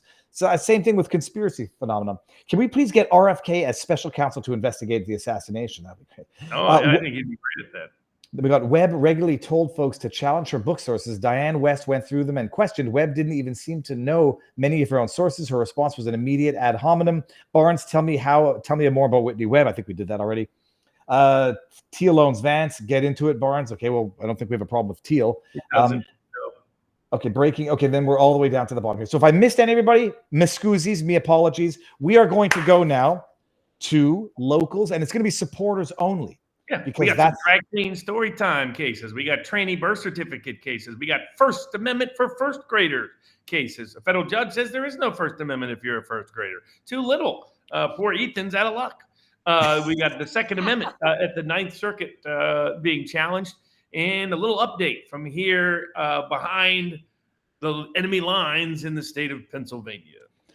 And just while I have a breath in here, the return of Stacey Abrams of former Atlanta Mayor Keisha Lance Bottoms. That is from Lolly Newbie. That's $10. We got another one, Norm 1320, $10. With Biden at 1 cent for the nomination unpredicted, would it be worthwhile to buy in the hope that he'll be back in the play after he finds out that he's bowed out? Always possible. Yeah, maybe he comes out tomorrow and says, I didn't put out that letter. I'm thinking maybe I'll do. No, I won't do that. Elliot, $5 says on Smith's appointment, Chutkan would be bound by the D.C. Circuit precedent that reads one line from the Supreme Court and Nixon is essential. Okay, fine. Cannon took the view that the Senate was dictum. If the 11th Circuit panel wants to skip Smith in business, yada, yada, it only has to say it with a dictum. this is very technical, but thank you very much, Elliot. And then we got one more before we end this here. $5 here. We got Blue CW Soldier 3. Still don't have to read my username. No one has treated the Secret Service as a legitimate agency since the Columbia cocaine incident. I'm not even sure what that is, Robert. Oh, wait, one more. Oh, and then we got Jeet-N or Jeet-N. I live in rural Virginia. I'm currently in a fight with the zoning board, and we got a picture of the letter. Thank you very much for that. Okay, now I think I see we already read that one in Rumble. And now we're going to end this on Rumble. Entire stream will be posted on Twitter as well, unless we go over 3 hours, in which case it won't allow me to. And we're going to do locals. It's going to be local supporters because that's the way Rumble Studio is set up. If you're not a supporter, consider supporting. And if not, you can get it tomorrow on everywhere else. Okay, we are hitting it, people. It's going down. 3, 2, 1. Bada bing, bada boom. And it says this stream will be for local supporters in 5, 4, 3. I think that's something. I think that's a phrase Kamala Harris is very familiar with. What did I just say? We are hitting it. I thought it was bada bing, bada boom. Well, that one too. All right, Robert. So rapid fire on the last cases that we haven't touched. What's the tranny one? I thought I was up to speed on all the tranny stories. So 2 cases came down this week out of the 6th Circuit that were correlated and had the same state. So the trannies sued the state of Tennessee because they want to change their birth certificates. That when they decide to change genders, even if they just change their gender identities, they want to go back in time and have their birth certificate record them as being a woman or a man, whatever gender they've now changed to. Okay, that's wild because you go to you can change your you can change your name legally, and I don't know if that's retroactive on documents, but can you retroactively? You generally can't, most states, even if you can change your name, you can't change your name on your birth certificate. So but it depends. It depends on the state, depends on the jurisdiction, depends on the rules. But they were alleging that Tennessee's laws prohibiting that were unconstitutional, that they had a constitutional right to force the state of Tennessee, kind of like the pronoun debate, to change their birth certificates to whatever gender they felt like they were that day. And the 6th Circuit said, nope, trans is not a suspect class. Very correct, Rowley. And they pointed out that if we're talking about a fundamental substantive due process right that's rooted in our concept of order of liberty over time in history, that your gender identity being recorded the way that however you want on your birth certificate is not such a right rooted in our constitutional history, since the mere idea of gender identity didn't even exist until the 1960s. And so it said Tennessee can keep the biological definition of gender locked in on its own birth certificates, which it records for a wide range of independent policy reasons. And it's not discriminatory because it treats men and women the same. And it's otherwise not violative of any other constitutional right, because there is no constitutional right to have your gender identity recognized in federal government or state government documents. So, and at the same time, they ruled on the drag queen story time case. So I'm just reading another DM of the complaints of what was going on in the chat tonight. It does look like it was spam in our chat. Somebody was spamming the locals chat? Yeah, spamming images, which not a question of legit exercise of free speech whatsoever, but rather legit attempt to interrupt and interfere with free speech. And I've always emphasized that there's different troll groups. People always ask, which troll group it might be, and it's like, well, there's multiple ones. I still have some Linwood troll groups. I still have some Sidney Powell troll groups. I have some QAnon troll groups. They're coming back because they were sure the classic song meant that Trump was secret. Q is back. Q is back in power, apparently, however that happened. Then I got the Nick Rekieta troll groups because I appeared last week with Nick Rekieta covering the convention. And so a lot of those troll people go crazy and nuts. And I'm sure other troll groups too. Yeah, well, there's thousands of people. We are not a pure free speech zone here at Locals. So you're entering our community. This is to be a civil conversation of reasonably informed and above average intelligent people. And if you degrade it excessively, if you attack people personally, if you lie, as some people have done sporadically, you can bash me all you want, but you can't lie. And you can't be bashing other commenters. With Well, I know, regularity. but I think Crudity, and if you're too crude and all the rest. And there's going to be some trolls. I mean, the Fuentes fans still troll, come in and try to troll for a little while. So I'm sure there's some groups that like to invade the chat. Well, now the question I'm going to ask, who DM'd me via Twitter, I'll just ask you now. Is it better now that we're in supporter only mode? Because I suspect the problem might be you can join up as a member, and those are the ones who are going to be freely polluting the waters or interfering with the discourse. So I'll figure it out. I understand the problem now, and I'll talk with our. And what's nice is the locals now does have the timeout process, so you can time people out, or we can when we're in the locals app. And occasionally I've done that. Not very often. I mean, I think we've kicked like 5 people out of the community in 5 years. So but occasionally, because there'll be some people that won't learn, and they'll lie and they'll lie and they'll lie and they'll lie, or they'll keep attacking somebody. They'll keep being really nasty and mean. It's like, bro, I mean, this is where I've always disagreed with Nick Ricade and some other people. Yes, you can pay the toll to troll, but you still have to be a civil troll, a reasonable troll. You cannot be a contemptible ass. And the idea that you should welcome your community, anybody, well, I mean, probably, what Nick has to deal with now is nobody wants to go to his own locals because half of them are Nick-hating trolls who sit there and spew garbage all day, right? And we're not going to let that happen here. So if you try to abuse the privilege, you're going to be kicked out of the club. Well, I'll figure it out.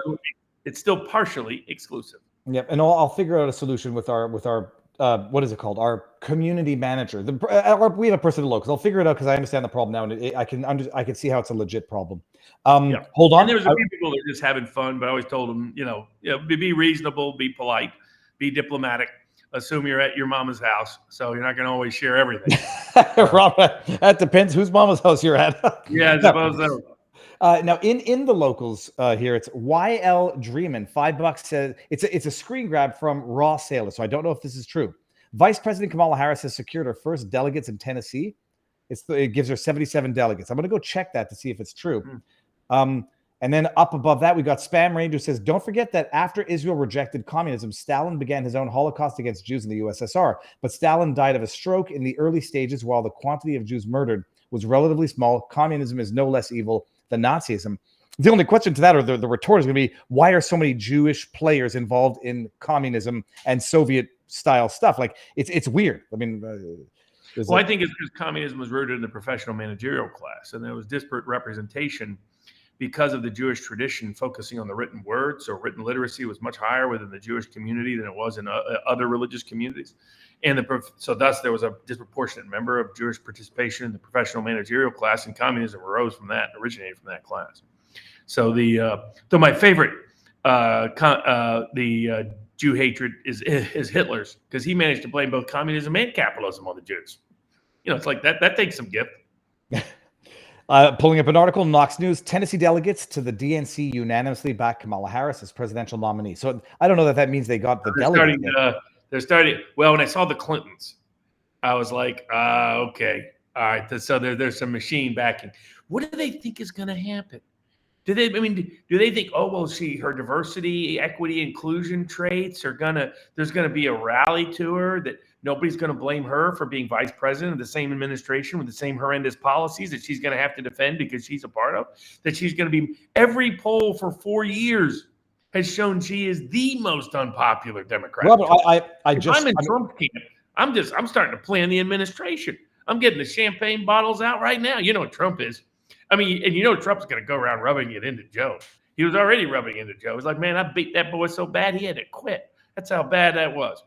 I think Robert Kennedy Jr., it was interesting seeing him speak today. So I was like, this is like his dad, right? His dad drove LBJ from the race.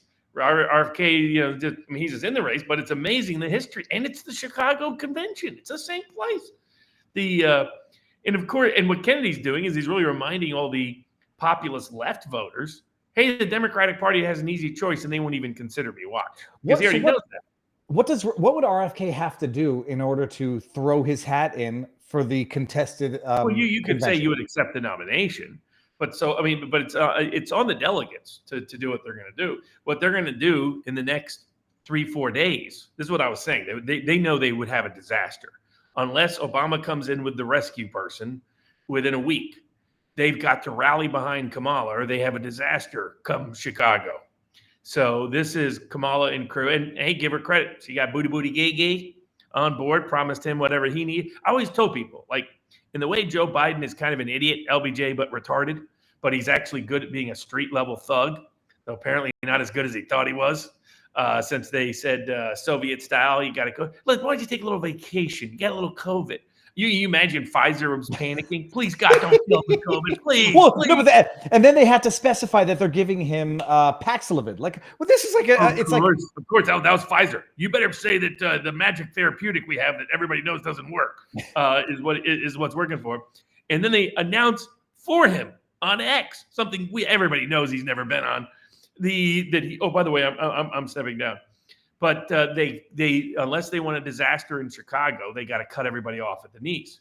So what's happened is if you're Kamala, you cut a deal with Hillary, you cut a deal with Buttigieg, and then you cut a man. She hates Newsom so much.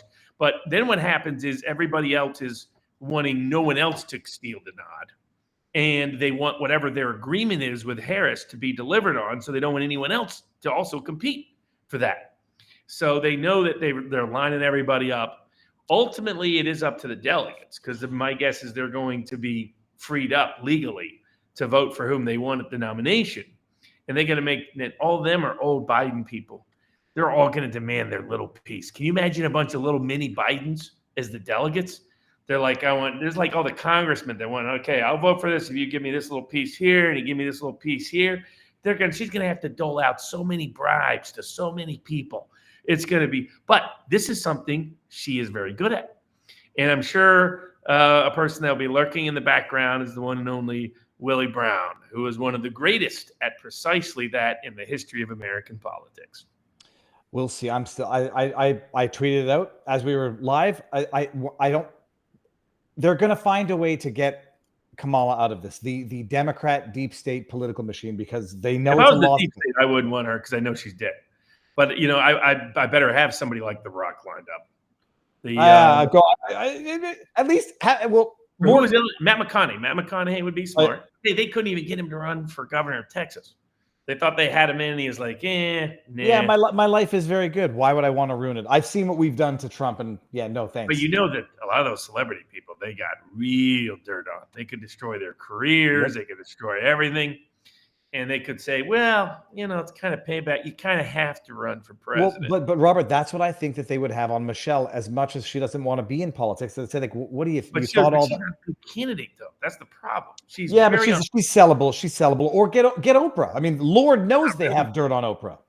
Yeah, but Oprah's also has limits, right? And if I'm the deep state, I'm looking somebody that's been not political for the last not too political last 10, 20 years. I'm looking from a Democratic Trump. That's what I'm looking for, right? And but who will do what the deep state wants him to do, right? That's the two parameters. And then that's why I thought someone like The Rock. But put it this way, Kamala's sharp. She's going to lock this up by Wednesday, and then it's too late to bring anybody else in. Why? What's specific? She's going to get everybody to publicly say they're backing her. And that's going to so not Wednesday as a particular that's day. Why you're going to see these sequence of announcements. Mm-hmm. You're going to see boom, boom, boom, boom, boom, boom, boom, because she's good. Willie Brown knows how to do this like the back of his hand. He is the most masterful vote buyer in the history of American politics. Now that this all makes a little more sense going backwards. The Black Caucus, there were a lot of Black women voting, announcing they were supporting Joe Biden. Well, now it's a very easy transition for them to go from Joe Biden, we all said it, to Kamala Harris. Yes. Interesting. I'm still I'm locked in, so I'll see how. Always liked her. Big tech has always liked. Silicon Valley's always liked her. Wall Street's always liked her. So she's already got those parties. It was interesting to me that Obama didn't immediately jump on board. That means he was trying to recruit somebody else, but he's been outmaneuvered, right?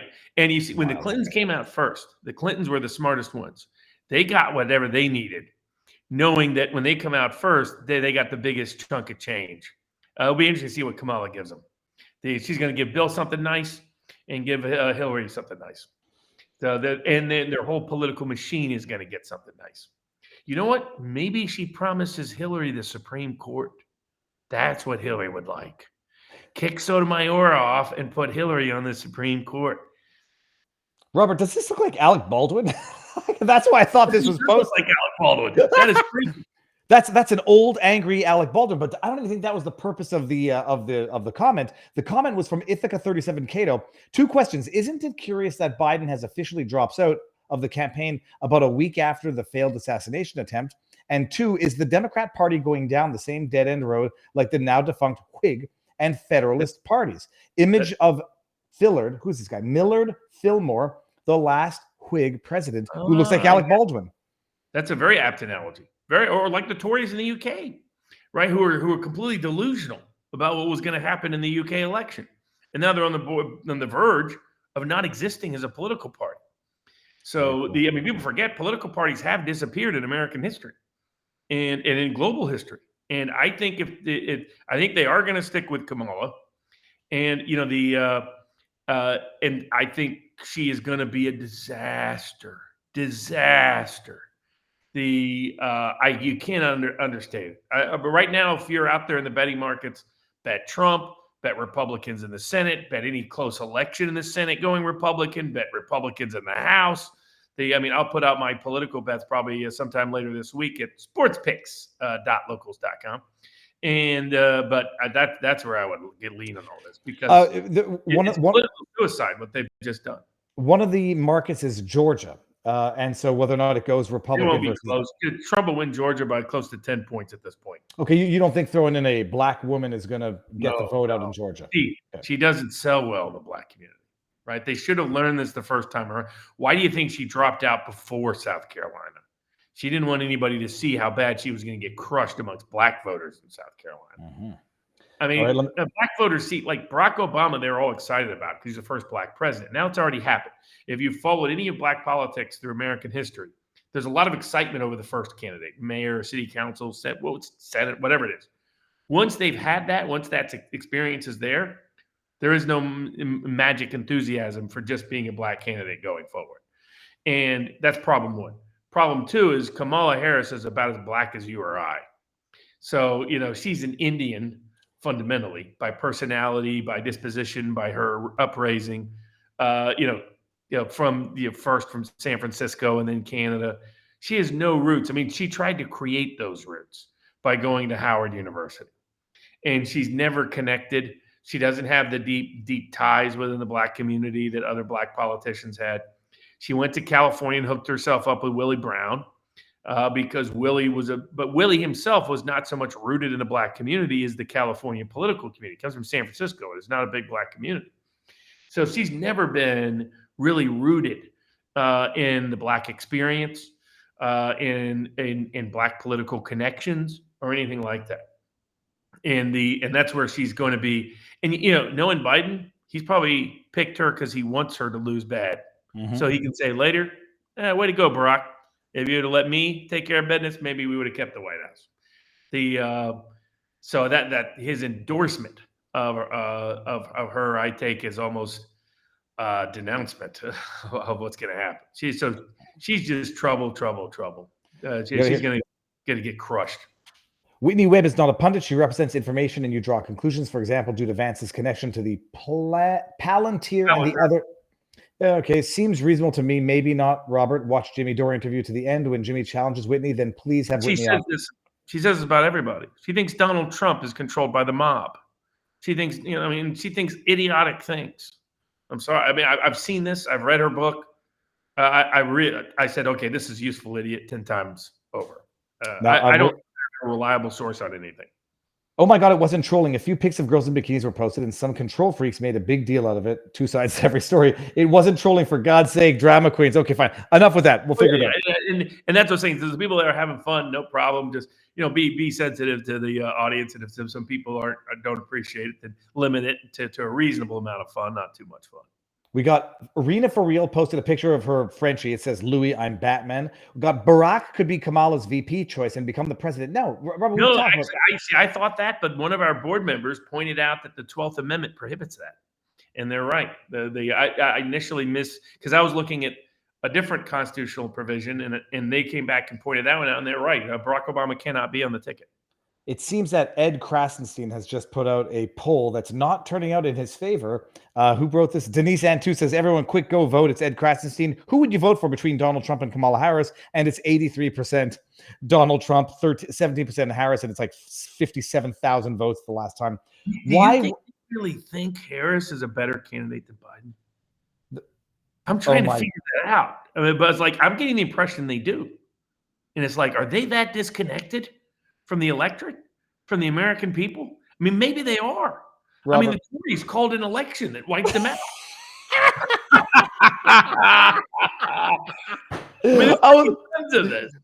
The Republic. He is still the dumbest lawyer I ever had to deal with in court. I mean, dumb as a bale of bricks. My goodness, that's. So she failed the bar repeatedly before she finally passed it. Well, I'll go easy on her on that because I only passed the bar on the first time. There's with some corruption connected to Kamala Harris. I got a case that I handled that her office helped kill that involved $1 billion scandal in the state of California. Maybe there'll be some publications I'll be interested in covering that story now. Robert, let's send it my way. I'll have a look. Why wasn't Biden's letter on White House stationery? Asks Vispis for $5. Go easy on my last week's questions too. I know we missed some and. Last week's questions I did earlier today. So I did an hour on locals, went over. There were a lot, and but we might miss some. I think we might have to give the caveat that we might miss them if you're going to be miffed, even in locals. Go easy on my girl Whitney. I love her content, and even if she's not always right, it's okay to examine everyone, their motives, yada yada. That's from Buffalo Betsy. Crash says, "Oh my God, that ABC channel on the Amish actually commented on COVID. It was amazed they admitted the Amish had less deaths with no masking or social distancing." And then we got Frank and Bean says they need Biden alive for the October. So I think we've got everything, Robert. Yeah, I think I just asked about Maryland. Could Trump take Maryland? I think those states will be out of reach. Okay. California, New York, Illinois. But I think Trump could sweep, like Maine. I think he could actually win Maine. Could win New Hampshire, win Minnesota, win New Mexico. The other key factor is how does Kennedy come out to all this, right? If Trump keeps campaigning on a populist path, he'll absorb all of the or a lot of the Kennedy vote that would vote for Trump goes to Trump, and then with the Kennedy vote that gets inherited is the Democratic vote. And like in Hawaii, for example, Trump might be able to win Hawaii, because Kennedy was taking a lot of like your Tulsi Gabbard votes. Was a congressman from Hawaii. And all of a sudden the Democratic lead would drop from 22 to 8. And I think with Harris, it was in single digits, right? And if a lot of those younger Democrats that just don't like Kamala, I mean, remember what Tulsi Gabbard did to Kamala Harris during that debate. Oh yeah, she mopped the floor with her. I mean, she doesn't have a record to run on. Bad on a lot of what you'd call young people issues. Mm-hmm. And that's their biggest group they're losing votes with. And imagine her in the debates. If they thought Joe did bad, wait till you see Kamala up against Trump. That is going to be a disaster for the Democratic Party. And then we see, okay, someone says, I need the pics reposted. I missed them. I think that's a joke. We got Bayou Nola. Do you think that Dems are now focused more with House and Senate elections than presidents? But this is the problem. The down ballot effects of getting crushed makes your House and Senate prospects worse, not better. With Kamala Harris, they have increased the probability of how many House and Senate seats that they lose. Pennsylvania's now up for grabs. Wisconsin's now up for grabs. Michigan's up for grabs. Arizona will go to Kerry Lake. Nevada, watch them lose those seats. I mean, it's going to be a bloodbath. And I think they don't know it. I think they thought our only problem is Biden is too old. And, Kamala fits. She'll be the first female president. She'll be the first kind of biracial president, if you don't count Obama in a certain way. And that she'll bring back the Asian vote because she's Indian, and we'll get all the DEI people. They'll rally around her, and she can at least kind of communicate compared to Joe. I mean, I guess this was the logic. It's illogical. I mean, if you've looked at the evidence in a meaningful way, and again, I think Joe Biden didn't know he stepped down from the election today. Let me see here. Kamala will announce her VP pick at mattress firm. That's from Raider Nation 53. Known alien at $10 says, Robert, you hinted at how vindictive Biden could be in his final months in office. Please elaborate. In other words, so for example, if Biden thinks getting out of Ukraine would make him look better, he'll just get out of Ukraine, right? LBJ almost did this in 1968, almost got out of Vietnam altogether, right? He'll do whatever serves his interest. If it means pardoning everybody and that's controversial, he won't care. He will pardon everybody, pardon his son, pardon his brother, pardon himself, won't care. If he wants to look grand and pardon Trump, he'll do that. If he want, I mean, he will do now whatever he wants to do, whatever he thinks looks good for him. Also, if it means payoffs, right? Making sure all the family's taken care of for forever. He'll do whatever policies will line the family's pockets, and he won't care whatsoever what anybody thinks, because the pardon will be broad and cover everybody forever. So an uncontrolled, unleashed Joe Biden is a real risk to the establishment that I think they've underpriced. Okay, we're going to have to end this soon, but I was planning on campaigning for RFK in Maryland since it's such a blue state. But now, is there a real chance Trump could take Maryland? Ithaca? Okay, we got that one. According to Tennessee, it does not appear all the delegates was in that unanimous phone call in support. Tennessee delegates are presently committed to Biden, but could change under good conscience clause of their law. That's Lawley Newby. And why not Taylor Swift and the rest we got? Okay, we're going to have to cut. We're going to have to cut it. But just real quick, the Ninth Circuit Court of Appeals is now reconsidering the Second Amendment and want to pull back on some of the good Second Amendment decisions, misinterpreting the Supreme Court's ruling in Rahimi, like I predicted would happen, sadly. A righteous dissent by one of the Ninth Circuit judges in that case is worth a read. Van Dyke, I believe, was the judge who signed that dissent. A federal judge said that the First Amendment doesn't apply to first graders. They're too young to appreciate the First Amendment. So his First Amendment kid was in this BLM crazy, his class was teaching about BLM, right? And he notices his fellow student is kind of feeling sad. So he did a whole little drawing of Black Lives Matter and All Lives Matter and shared it with her. And she was very glad about it. The teacher decided all lives matter is a racist statement. How dare this kid say that? So all of a sudden took away recess, didn't allow him to share drawings with anybody, hid this information from his own parent for the entire class here. So the parents didn't even know his kid was being, frankly, abused. They demanded the kid apologize. So once the family found out about it, they brought suit after they tried to get remedy and didn't get any satisfactory remedy from the school system. And the federal judge said, he's a first grader. First Amendment doesn't apply for him. Thanks to the Pacific Justice Institute, they are appealing that to the Ninth Circuit Court of Appeals. What's the age? There's no age cutoff. There's no school cutoff for the First Amendment. There's no age cutoff to the First Amendment. So let's hope that case gets some progress, succeeds, and stops this kind of nonsense from happening in schools. And last but not least, drag queen story time, a case we've been covering from the state of Tennessee. The Sixth Circuit Court of Appeals, remember the law just said you can't do adult cabaret in the front of kids. And the district court judge said, well, I'm not sure what your definition of obscenity is. I don't accept the Tennessee Supreme Court's definition as limiting the law. And the Sixth Circuit said the district court judge was wrong, that the obscenity standard is what's harmful to a reasonable 17-year-old. That's been the Tennessee Supreme Court standard was adopted into the statute. The judge was wrong to pretend it wasn't. And so they said, as these liberal judges who signed off on those standing doctrines should have known was coming, said, no standing to sue. But what was unique here was the specific reason. They said, this drag queen story time people, they claim that everything they do has artistic value.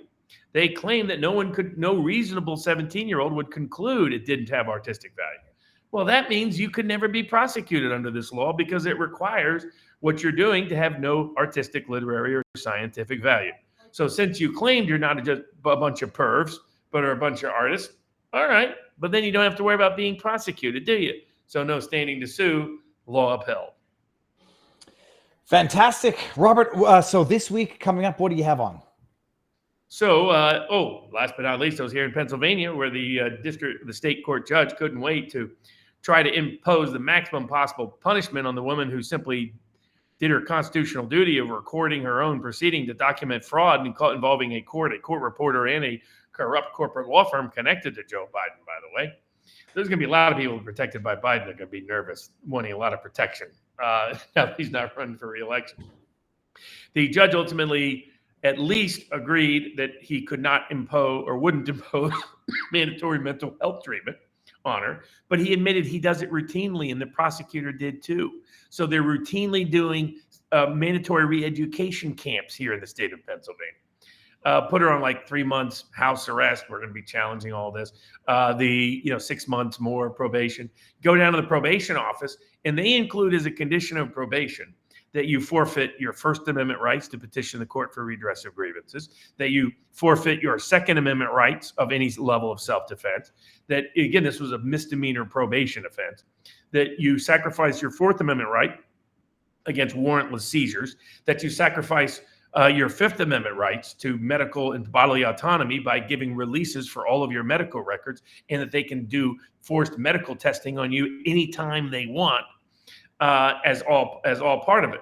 And I was sitting there telling the probation officer, has anybody told you this might not be constitutional? We have judges here in Lancaster County, we do it all the time. And they're in Chester County, same way. So we're going to be challenging a lot of those things, plus everything else up to the appellate process and the federal court process. The state of Pennsylvania is now asking the Commonwealth Court to prevent and prohibit Amos Miller from being able to sell any food anywhere. We have to file our opposition by July 31st, and an oral argument is scheduled by telephone on August the 7th. So another effort to suppress and oppress Amos Miller and our rights to food. And so I'll be here Monday and Tuesday. I'll meet up with Amos, meet up with some other folks. That's more harassment taking place. Meet up with the illegally imprisoned farmers previously, what we're going to do to stop that from reoccurring. Then be back to Vegas. And I believe we'll be on with the Duran, if it fits their schedule, on Thursday for a geopolitical contextual analysis of the assassination attempt on President Trump and the coup against Joe Biden. Amazing. And then was one last one while we're on it here. It says, Viva and Barnes, can you review Hunter Got High music by Afroman? It exposes Joe Biden corruption and Hunter Biden degeneracy. Talk about 80 grand month Barisma. Dude, we've talked about it. It's amazing. Yeah. Also, can you review the picture? Got this from my university. Can't see that right because it's a little too small, but also we're ending this. We got to go, and I got to get off my butt. It's hurting. Robert, it's been amazing. Everyone, this will be on Podbean, Viva Barnes Law for the People. And I'll be live randomly, periodically throughout the week. So amazing. Thank you all for being here. Enjoy the night. Peace out.